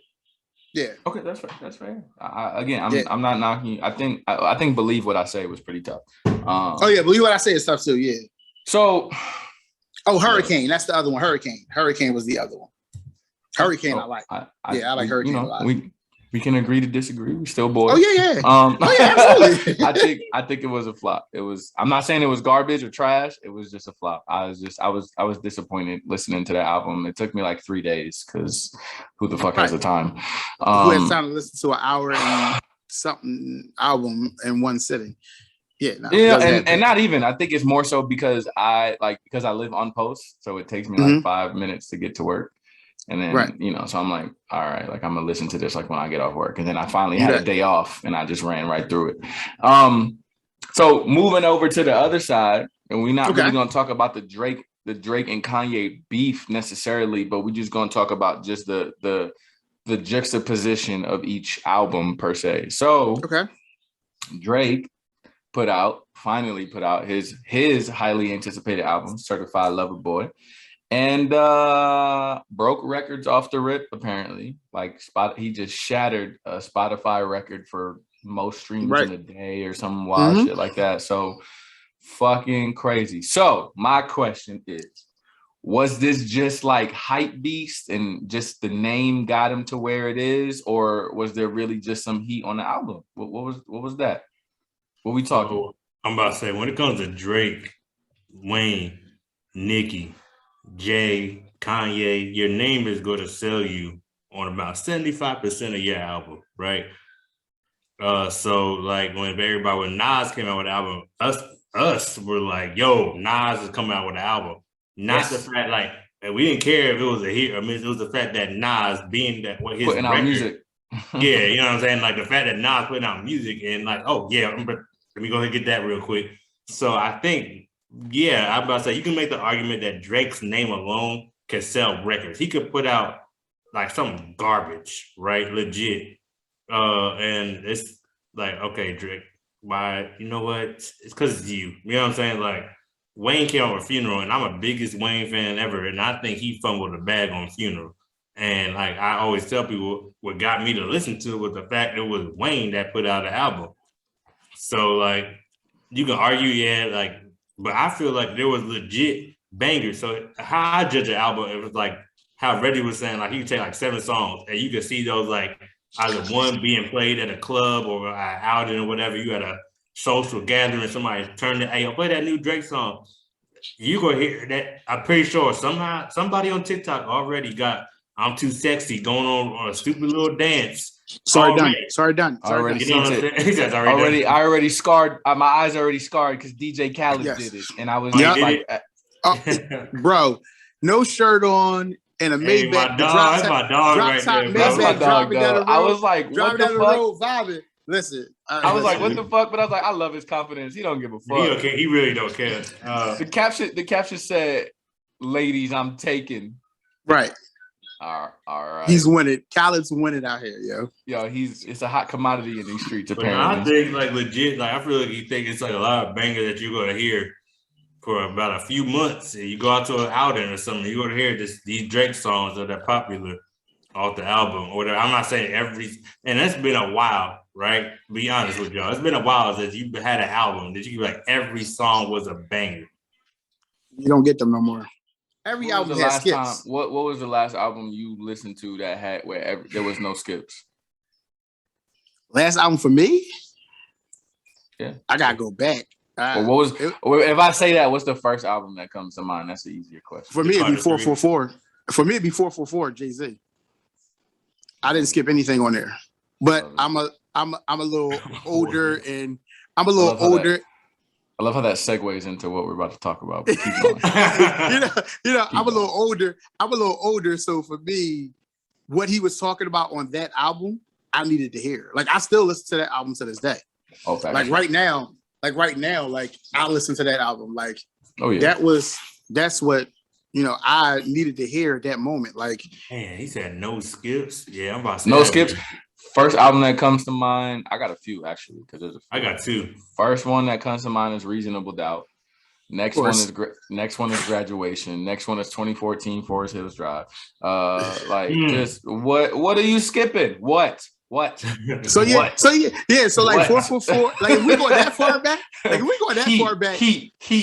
Just like, the whole album, bro. Yeah, like if we go that far back, then I'm gonna say Big's Ready to Die. I'm gonna say I'm gonna say Reasonable Doubt, of course, because that is a classic. I'm gonna say the Black Album.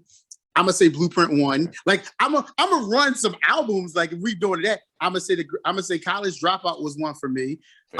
Like I said earlier, a few Kanye albums to actually skip something. I'm gonna say 808 and Heartbreaks is my favorite album by Ye, so I don't skip anything on there. So Lamar, what you got, senior? Yeah, what you got?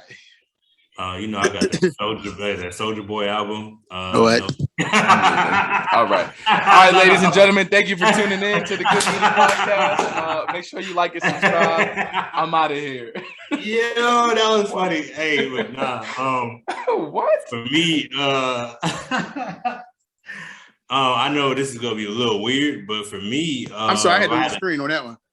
I have two. It's gonna be a little bit weird because I have one from each genre. So for me, for rap, it's a tie between Dream Chaser, just because I like Meek. So like for me, I don't really skip.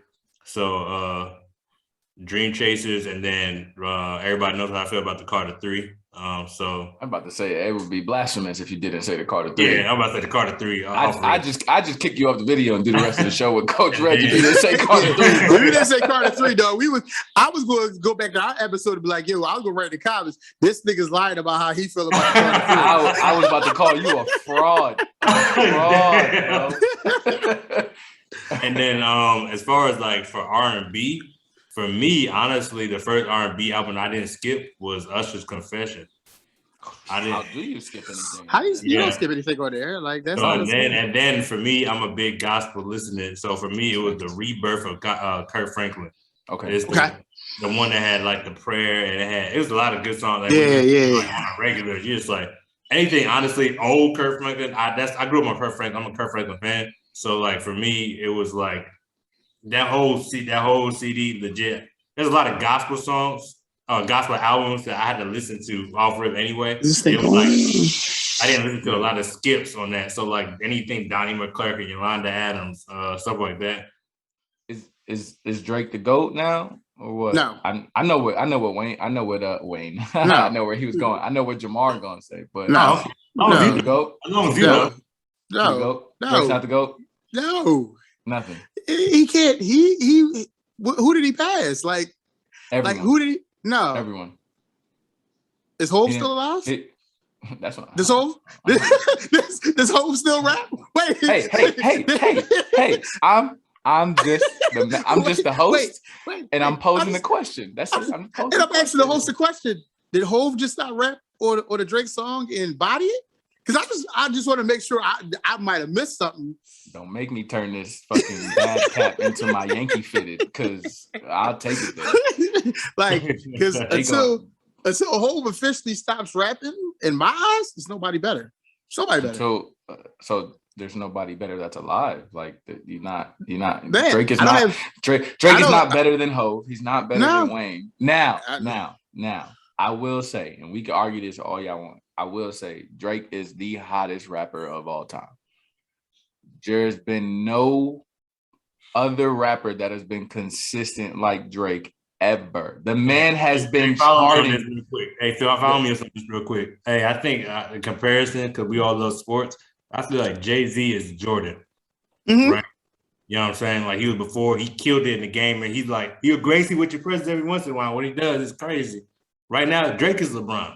Right? Drake is LeBron. He's been out dominating, but I feel like Wayne's Kobe. That's the way I always looked at it. Yeah. Ooh. Yeah. Ooh.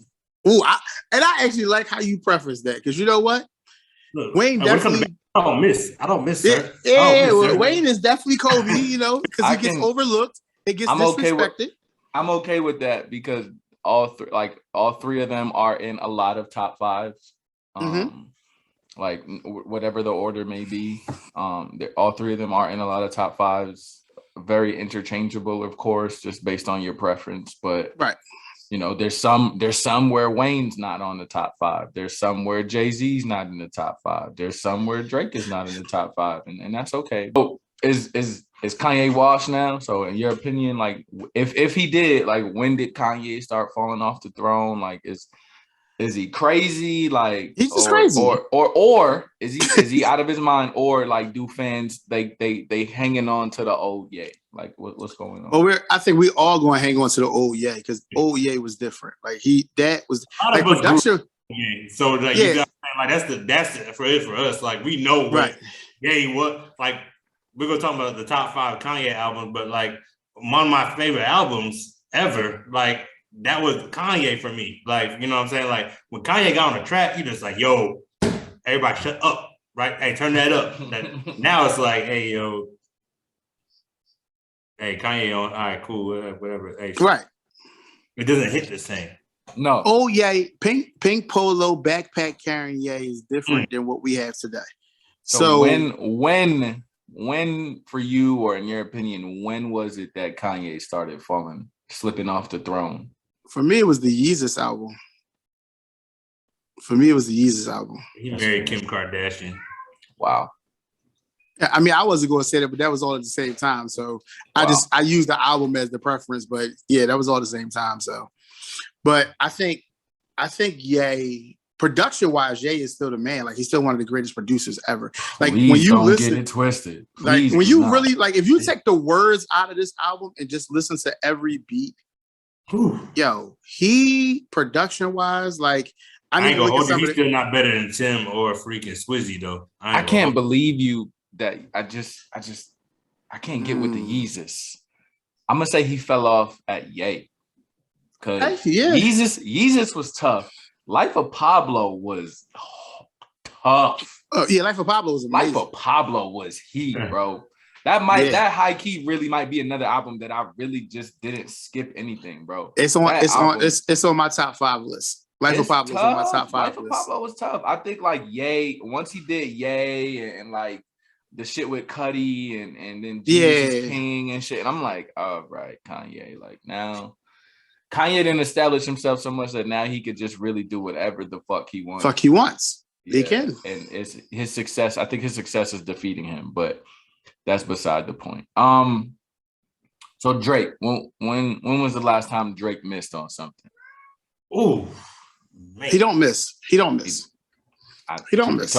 be told, that was my answer. But he don't miss. I don't have him missing. Like he doesn't miss. To me, he doesn't miss. Yeah, album, song, feature, anything. The man ain't missed. Yeah, I'm about to say I really have. I'm really trying to think of singles. I ain't really heard him on a feature. He don't miss. I don't care what nobody say. He don't miss on features. That shit he did with Smiley, I hated the fact that Smiley was even on it. Bro, I'm saying. Right. Bro, like that's because Drake was snapping on that like, shit. So like there's a lot of feature Drake doesn't miss. But I didn't get when he first came out. I didn't get why he was always doing that crying Drake. I didn't like crying Drake. I like when all of a sudden you tripping. Emotional in his bag Drake. I go back to the beginning. I'm about to say, he first came out, like, it really took me, like, I knew, like, how y'all said, let me take 3 to 5 business days to listen to the album. So I actually had to listen to it a little bit. Cause I bought the album from my sister because she was, like, in love with Drake. So I was like, so I bought it for her and I had to listen to it. So after listening to it, I was like, you know what? That's, I'm saying this stuff. That's crazy because Drake said niggas was going to be doing that. Drake said bitches would buy the album for the picture and niggas would buy it too and claim they got it for their sister. That's crazy. It's a Drake line. That's a Drake line. That is a Drake bar. That's a bar. That's a whole bar. Nah, because I really did buy my sister though. No, I believe you. That's why. I'm just saying. That was crazy. I don't think Drake has missed like ever. I can't really, and if he has, it's just not coming to mind right now, or it hasn't come up in any of my research prior to us doing this. I don't think he's the GOAT though. I think he's one of the hottest rappers of all time. I think it's just that. And then I think when it's over, we're gonna really have to talk about him being a GOAT though. I ain't gonna lie to you. That's fair. We just got to see where the chips fall. That's it. That's really it. I think with Kanye and Donda, I think Kanye obviously has gone in a new direction creatively, and it may not reach as many people as it has.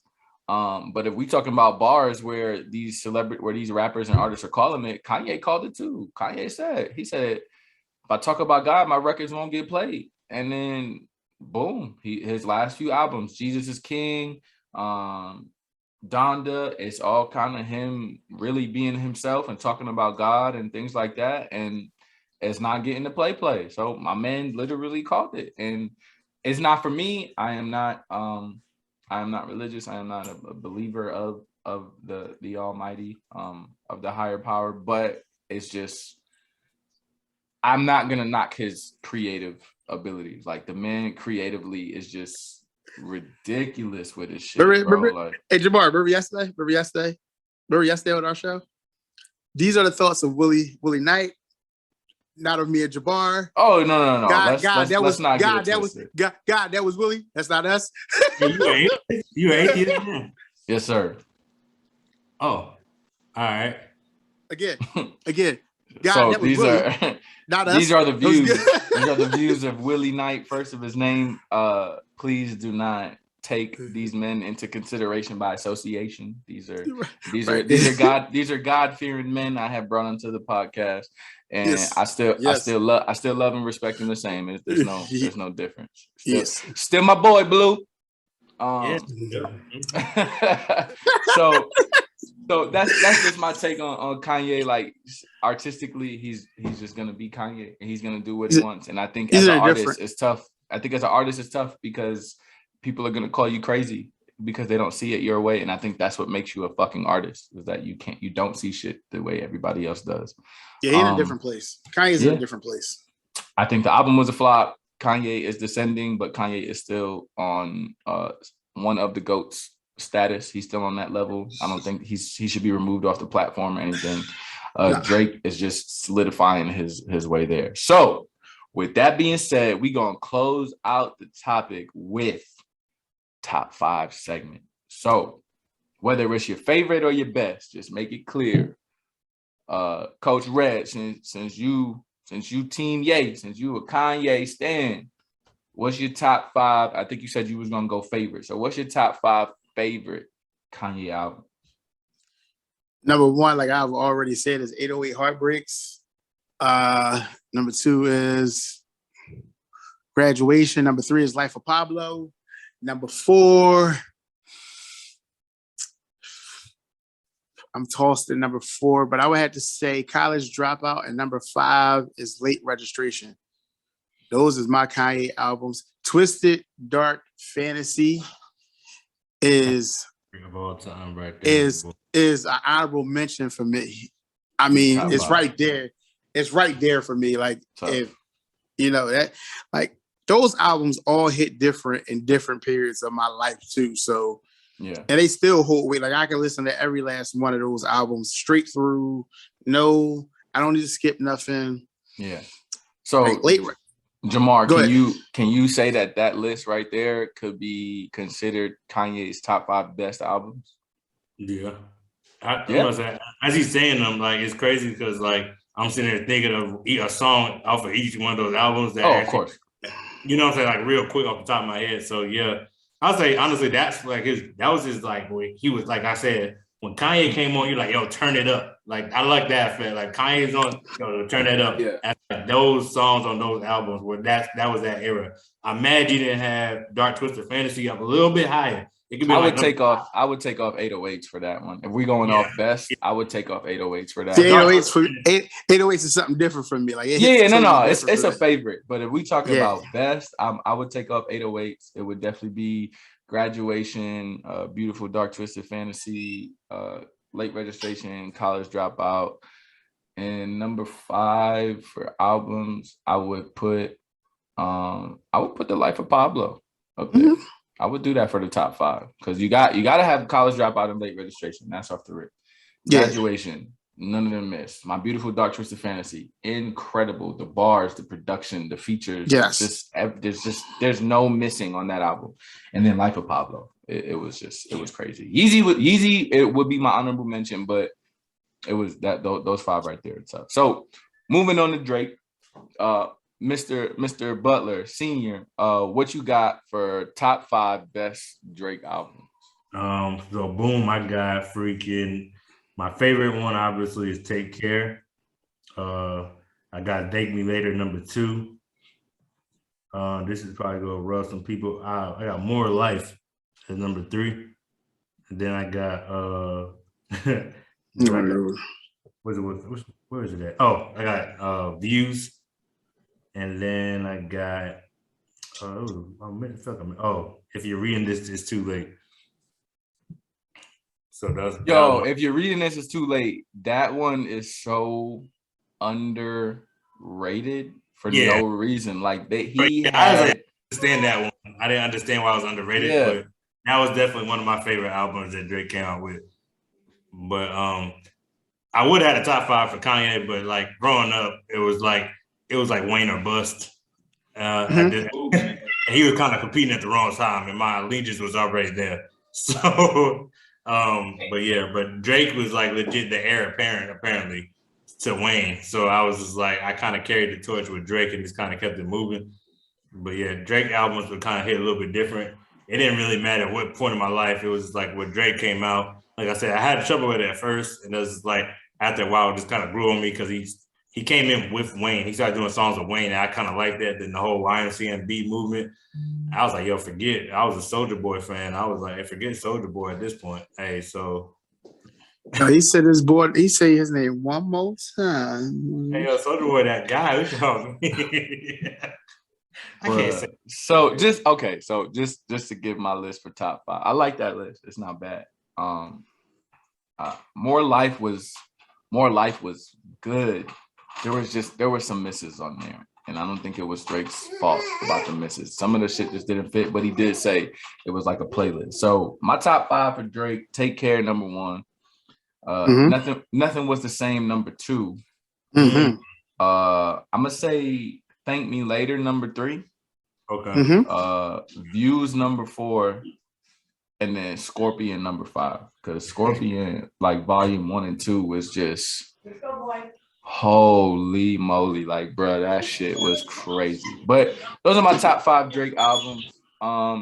Loyal Noodles at home, I want y'all to let me know what y'all think of our top 5s. Are we absolutely fucking crazy for thinking this, or do we got some heat here? Let us know in the comments, either on YouTube, on Instagram, on Facebook, or anything. Let us know. We gonna jump right into our last topic of the episode. I know Coach Red's trying to catch the Eagles game.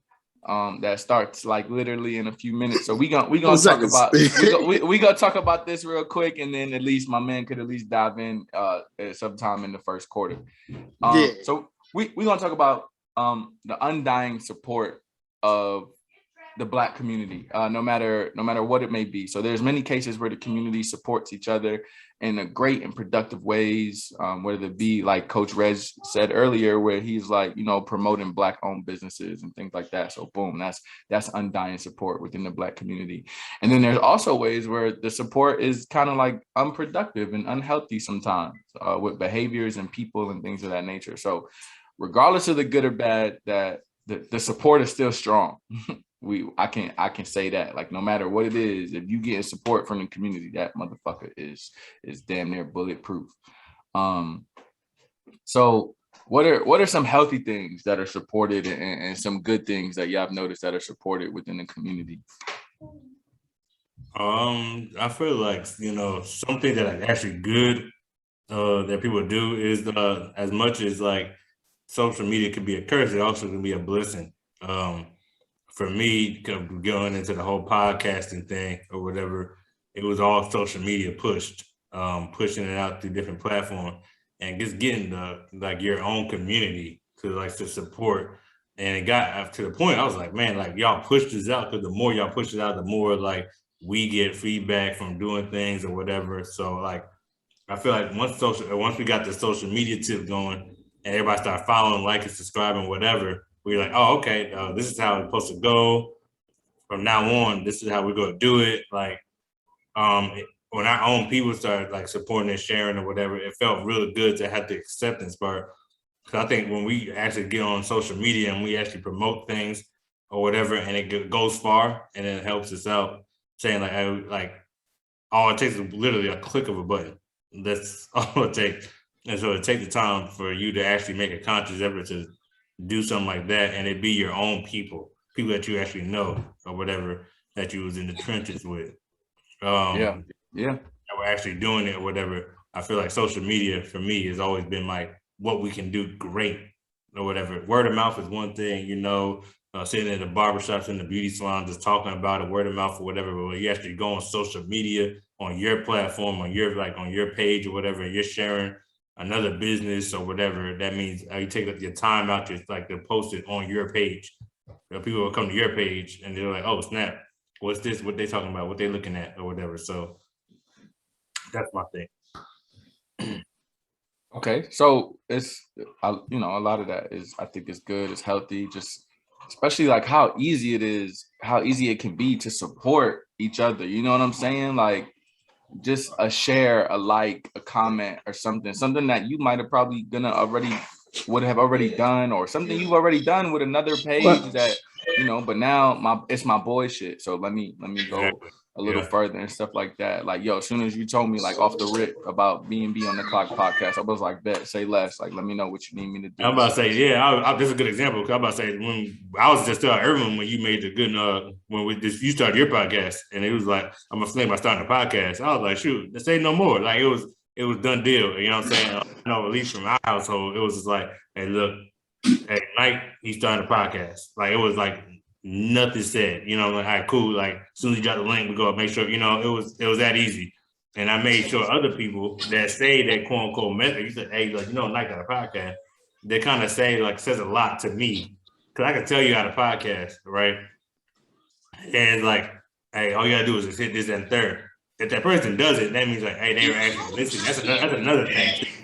They actually trying to go look for it. They're going to subscribe or something like that, or whatever.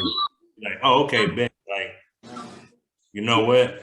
So he actually take the time to listen to what I said, and he actually wants to support it. And that's where I feel like it means a lot for me from a business aspect. Like, okay, you actually heard what I had to say. I told you what I was going on. You went on there to actually do it. And that's why I like social media, because like I said, word of mouth is one thing. I can tell you like, hey, bro, I got a podcast and whatever. Hey, go follow it. And you don't do nothing. Like like beat the dead horse. But when you actually, the person actually does it on social media, you can see that like because what you said, they actually did it. That means you made some type of impact, or even small. Like I really mess with them or what they got to say. I'm actually want to listen to it.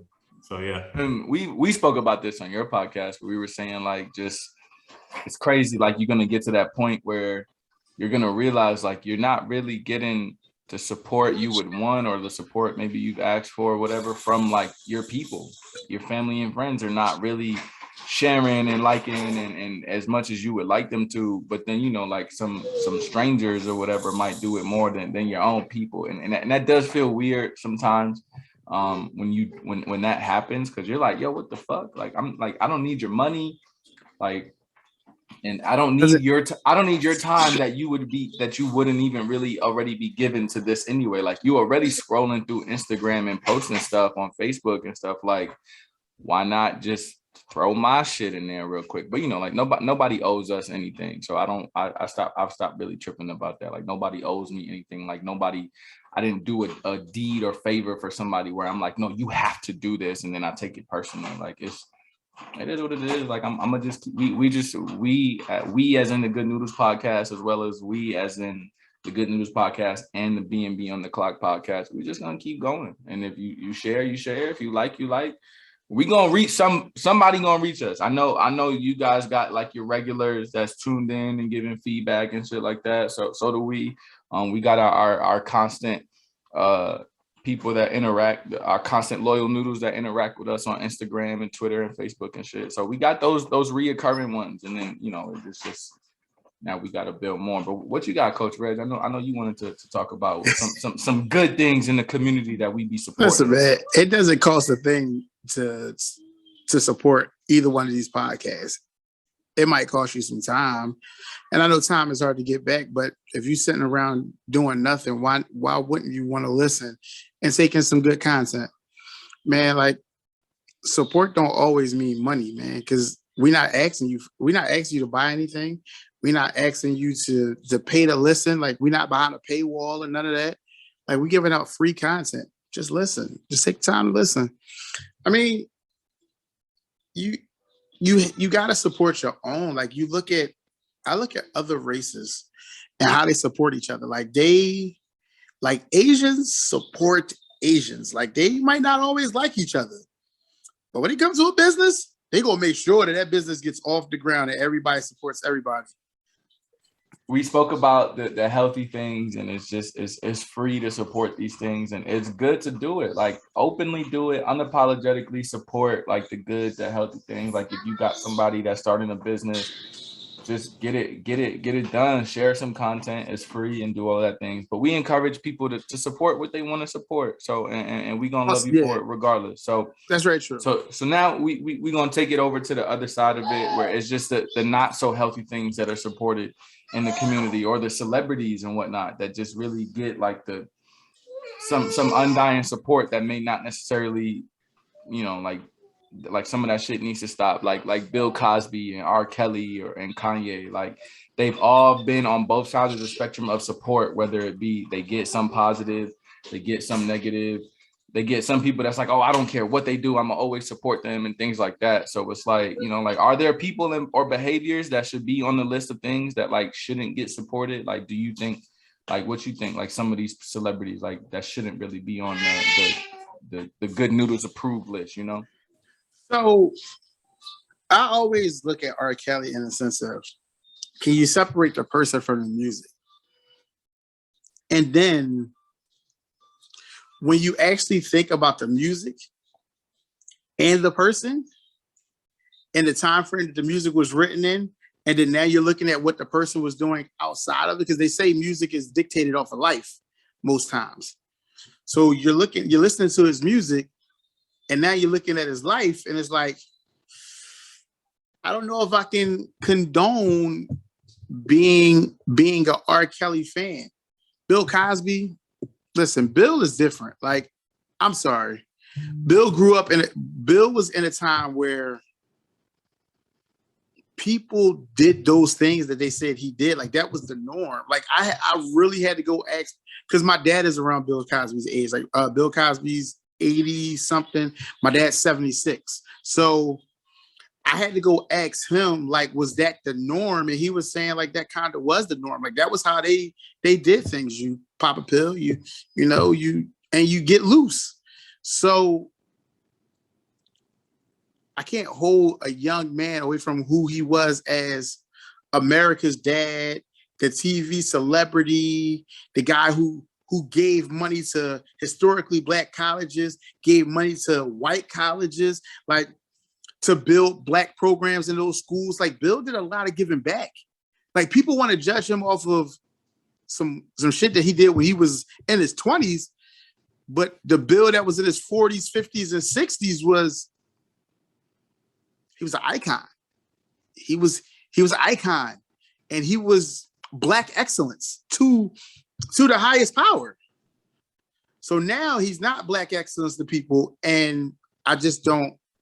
I can't agree with it. And if we're going to use Ye, listen, his choice and who he wanted as president is his choice. Like, everybody's allowed to pick who they want to be president. Like, you can't. I'm not telling you who you should pick as who you want to be president. I think what people miss with the whole Kanye, with Kanye supporting Donald Trump, I think they missed one particular part, which was important. But I'm not saying like this one particular part should have like, oh, this will change everybody's mind and everything is good. I think Kanye really mainly wanted to, I know, because this is what he said. Kanye mainly wanted to support the concept that just because you're Black doesn't mean you have to belong to a particular political party, or just because, like, I think Kanye really was trying to get the whole United States together or whatever, or like at least trying to get his fan base to kind of open their mind to certain shit. Like, the execution was flawed, and just the particular president he was trying to support was a little flawed. But I think it was like, oh, let me fucking make sure. Like, no, everybody hates this guy because of the people that support him. Like, I don't think it was Donald Trump that was the biggest problem. I think it was the people that supported him, and that the white supremacists and the obvious racist people that just fucking made President Trump the face of the franchise and shit like that. I'm not talking about the man's politics or gas prices or nothing. That's not what I'm talking about. I'm just saying, like, the issue with Donald Trump came from the people that supported him, because we are seeing the people that supported him are clearly racist individuals, and they are making him the face of the fucking franchise. So now it's like, well, I'm not holding them accountable. They're not elected officials. This is the president of the United States. And he's not necessarily like kind of telling them like, no, y'all are crazy. Like, yo, relax. Like, so it's like, oh, okay. So then when we see that and then we see Kanye supporting that, we're like, Kanye, what are you doing, bro? Him and his supporters don't even like you. Like, how are you still supporting this man? Him and his supporters don't even really fuck with you. Like, you're black. Right. They don't. Right. They think less of you because you're black. So I get that part. But I caught the vibes early what Kanye was trying to do. He was like, yeah, they hate us. Let's still like spread that love and unity, like hippie shit. Like, you know what I'm saying? But Senior, what you think? Like, what are some things that should be on the list of the undying support, whether it be the good or the bad? Like, what you think?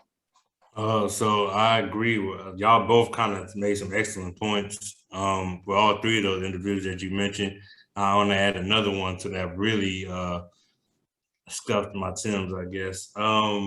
When they canceled freaking Nick Cannon, right, and the baby recently, right. So right now we are legit going through cancel culture. We've been going through it for about like 4 to 5 years now. It's kind of been like the bigger the celebrity, like, hey, like, nah, you can't do that or whatever. It's a lot. Like, a lot of people have been targeted. I mean, Lil Nas X is added to the list, like Boosie. I mean, the list is going crazy right now, right?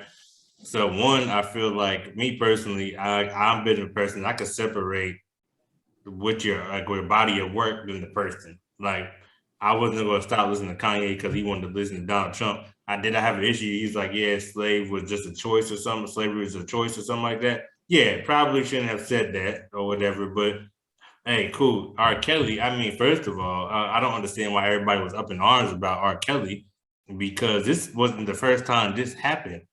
And it was big news.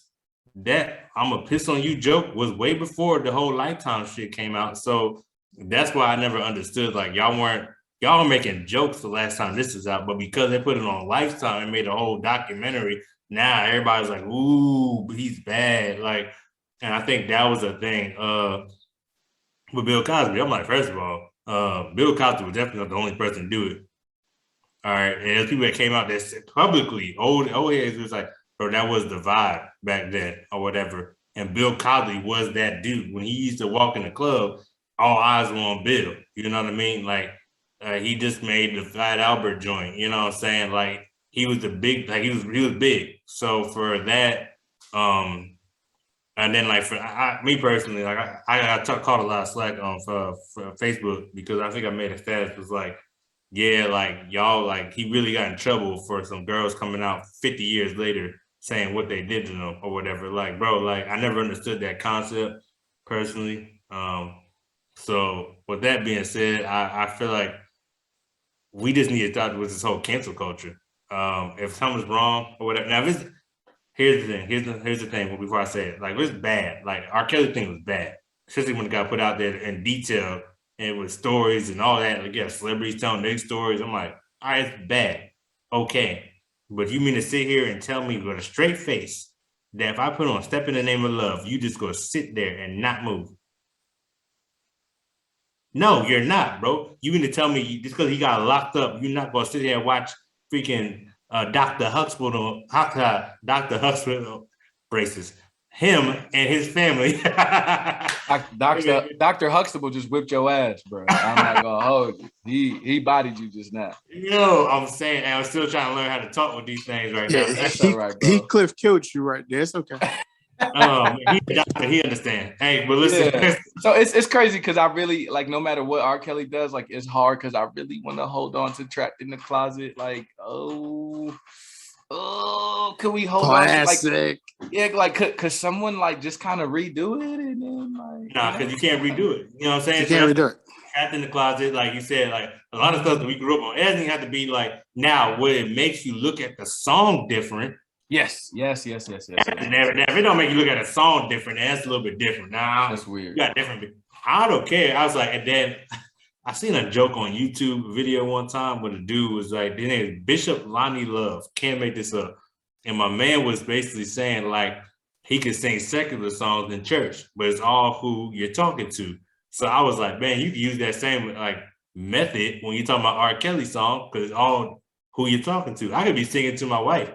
All right. But like I think to your point, it's just like, okay, it's a little sketchy. We don't know who the fuck he's singing about, but I'm talking about. Like, I know who I'm singing to when I'm singing this song. You know what I'm saying? Like, cause think about it. Like I don't know if I've said it where I've said it before, but I know I've said it. Like, yo, Frank Ocean he's gay. He's openly gay. You said it on our show.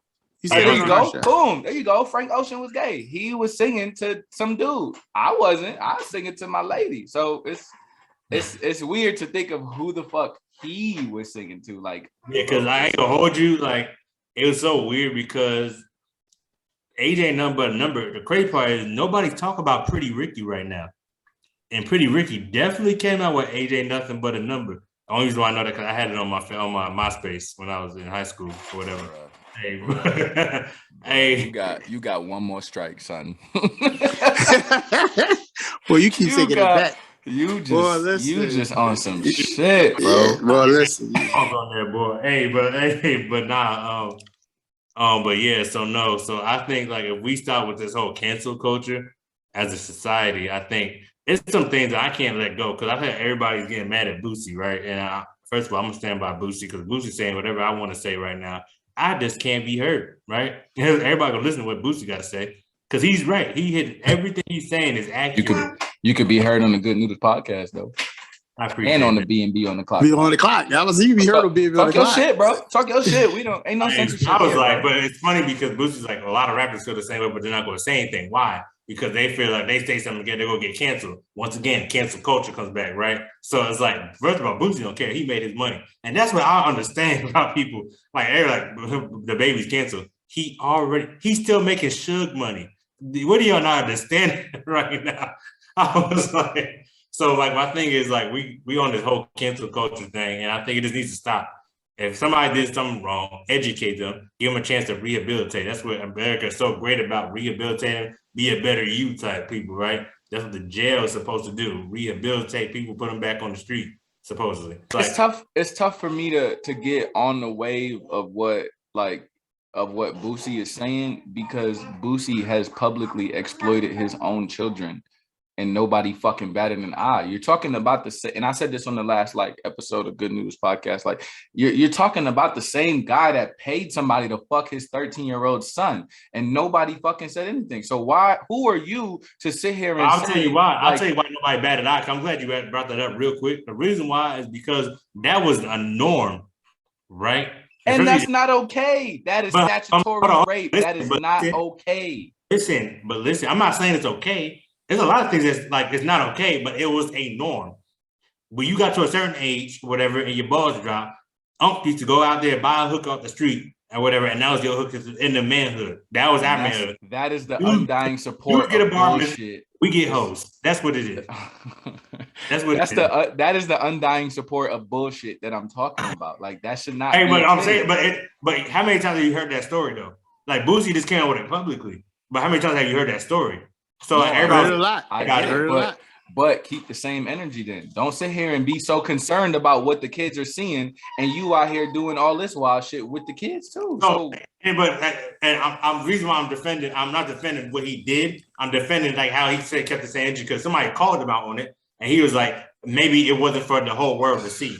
He did say that. He was like, he did say it wasn't for the whole world to see. And he does apologize for that. But he was like, bro, can you imagine legit being like an 8-9-year-old watching the BET Awards, hoping that's going to be you up on that stage. You see Lil Nas X tonguing down another dude. And now you got to sit there and explain to your 8-year-old for the first time ever, he's seeing dudes kiss on TV. You're like, whoa. Well, what? I'm sorry that for some parents, they only raise their kids when celebrities do shit. That got nothing to do with me, bro.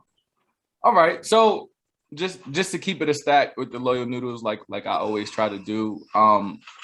Clearly, there's going to be differences of opinions and whatnot, and I would love to know what some of the Loyal Noodles think about the topics that we spoke about today.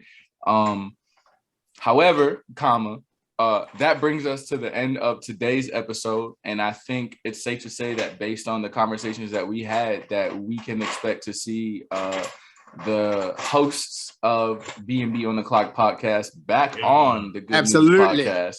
Absolutely. I would just say I loved having you guys on here. These were some really good conversations, the different perspectives and whatnot. Like I loved it. The debates. A lot of things we just gonna agree to disagree on. And right. I think it makes for healthy conversation that y'all have y'all side, I have my side, and we're all strong-minded individuals, and we're just gonna go from there. Mr. Jamar, Coach Reg, I really appreciate you guys coming on the Good Noodles podcast. Like, I can't thank you for having us. I appreciate it, man. Love is love. Thank you guys for coming on. Thank you guys for letting me go on your podcast as well. Before I close it out, I want one of y'all to tell the Loyal Noodles at home how can they find the host and the absolutely amazing podcast known as the B&B on the Clock podcast. Let them know. Do the plug, Reg. Do the plug. All right. So again, thank you, Willie, for having us on today, man. We had a great time. We can't wait to have you back on. I can't wait to meet your other co-hosts as well, and we all do one big show together, maybe on our show or on your show. It's a party. Exactly. have a big party show. So again, you can find us B&B on the Clock. We normally drop our episodes either Saturday or Sunday afternoon, and you can find our new episode, the season finale, episode 10, will be dropping today within the next hour or so. And you can find us on YouTube, Spotify, Apple Podcasts, Google Pods, Breaker, Anchor, and anywhere else you do streaming. Listen, man, we are so happy to have come on here again, B&B on the Clock, for our first time listeners, last time listeners, and everyone from the Good Noodles family. Thank y'all. We can't wait for y'all to see our show. Thank you. So with that being said, thank you, Loyal Noodles, for listening, for tuning in. Like he said, first time listeners, last time listeners, all the time listeners. Thank you so much for tuning in. Any fans of the show of B&B on the Clock podcast that came over here to check us out, welcome to the Good Noodles podcast. We hope you enjoy. I hope you catch on a few more episodes and we get some new listeners from this right here, some new Loyal Noodles from this. Yes. So thank you for listening and tuning in to the Good Noodles podcast. Before we go, I want you guys to show some love to the Good Noodles podcast, whether that be on Instagram, on Twitter at Good Noodles PC, on Facebook, on YouTube, Spotify, Apple Podcasts, Breaker, Anchor, all the above. Please show some love. Comment what you thought of the episode. Comment what you think of something we said on the YouTube channel and whatnot. Please just show us some love. It's really easy and simple. It's as simple as sending a text message. It's real simple. And I know in this day and age, it's hard to really take our phones out of our hands, or some people just really don't. So while you got your phone in your hand, make sure you show some love to the Good Noodles podcast, as well as the B&B on the Clock podcast. So thank you, Coach Reg. Thank you, Senior. I appreciate it. I'm going to go be a dad, as you hear baby girl in the background. I'm going to go be a dad and catch up on my fantasy football. Till next time, y'all. Y'all be good. All right. Peace out, man. Peace out, man. Say you're...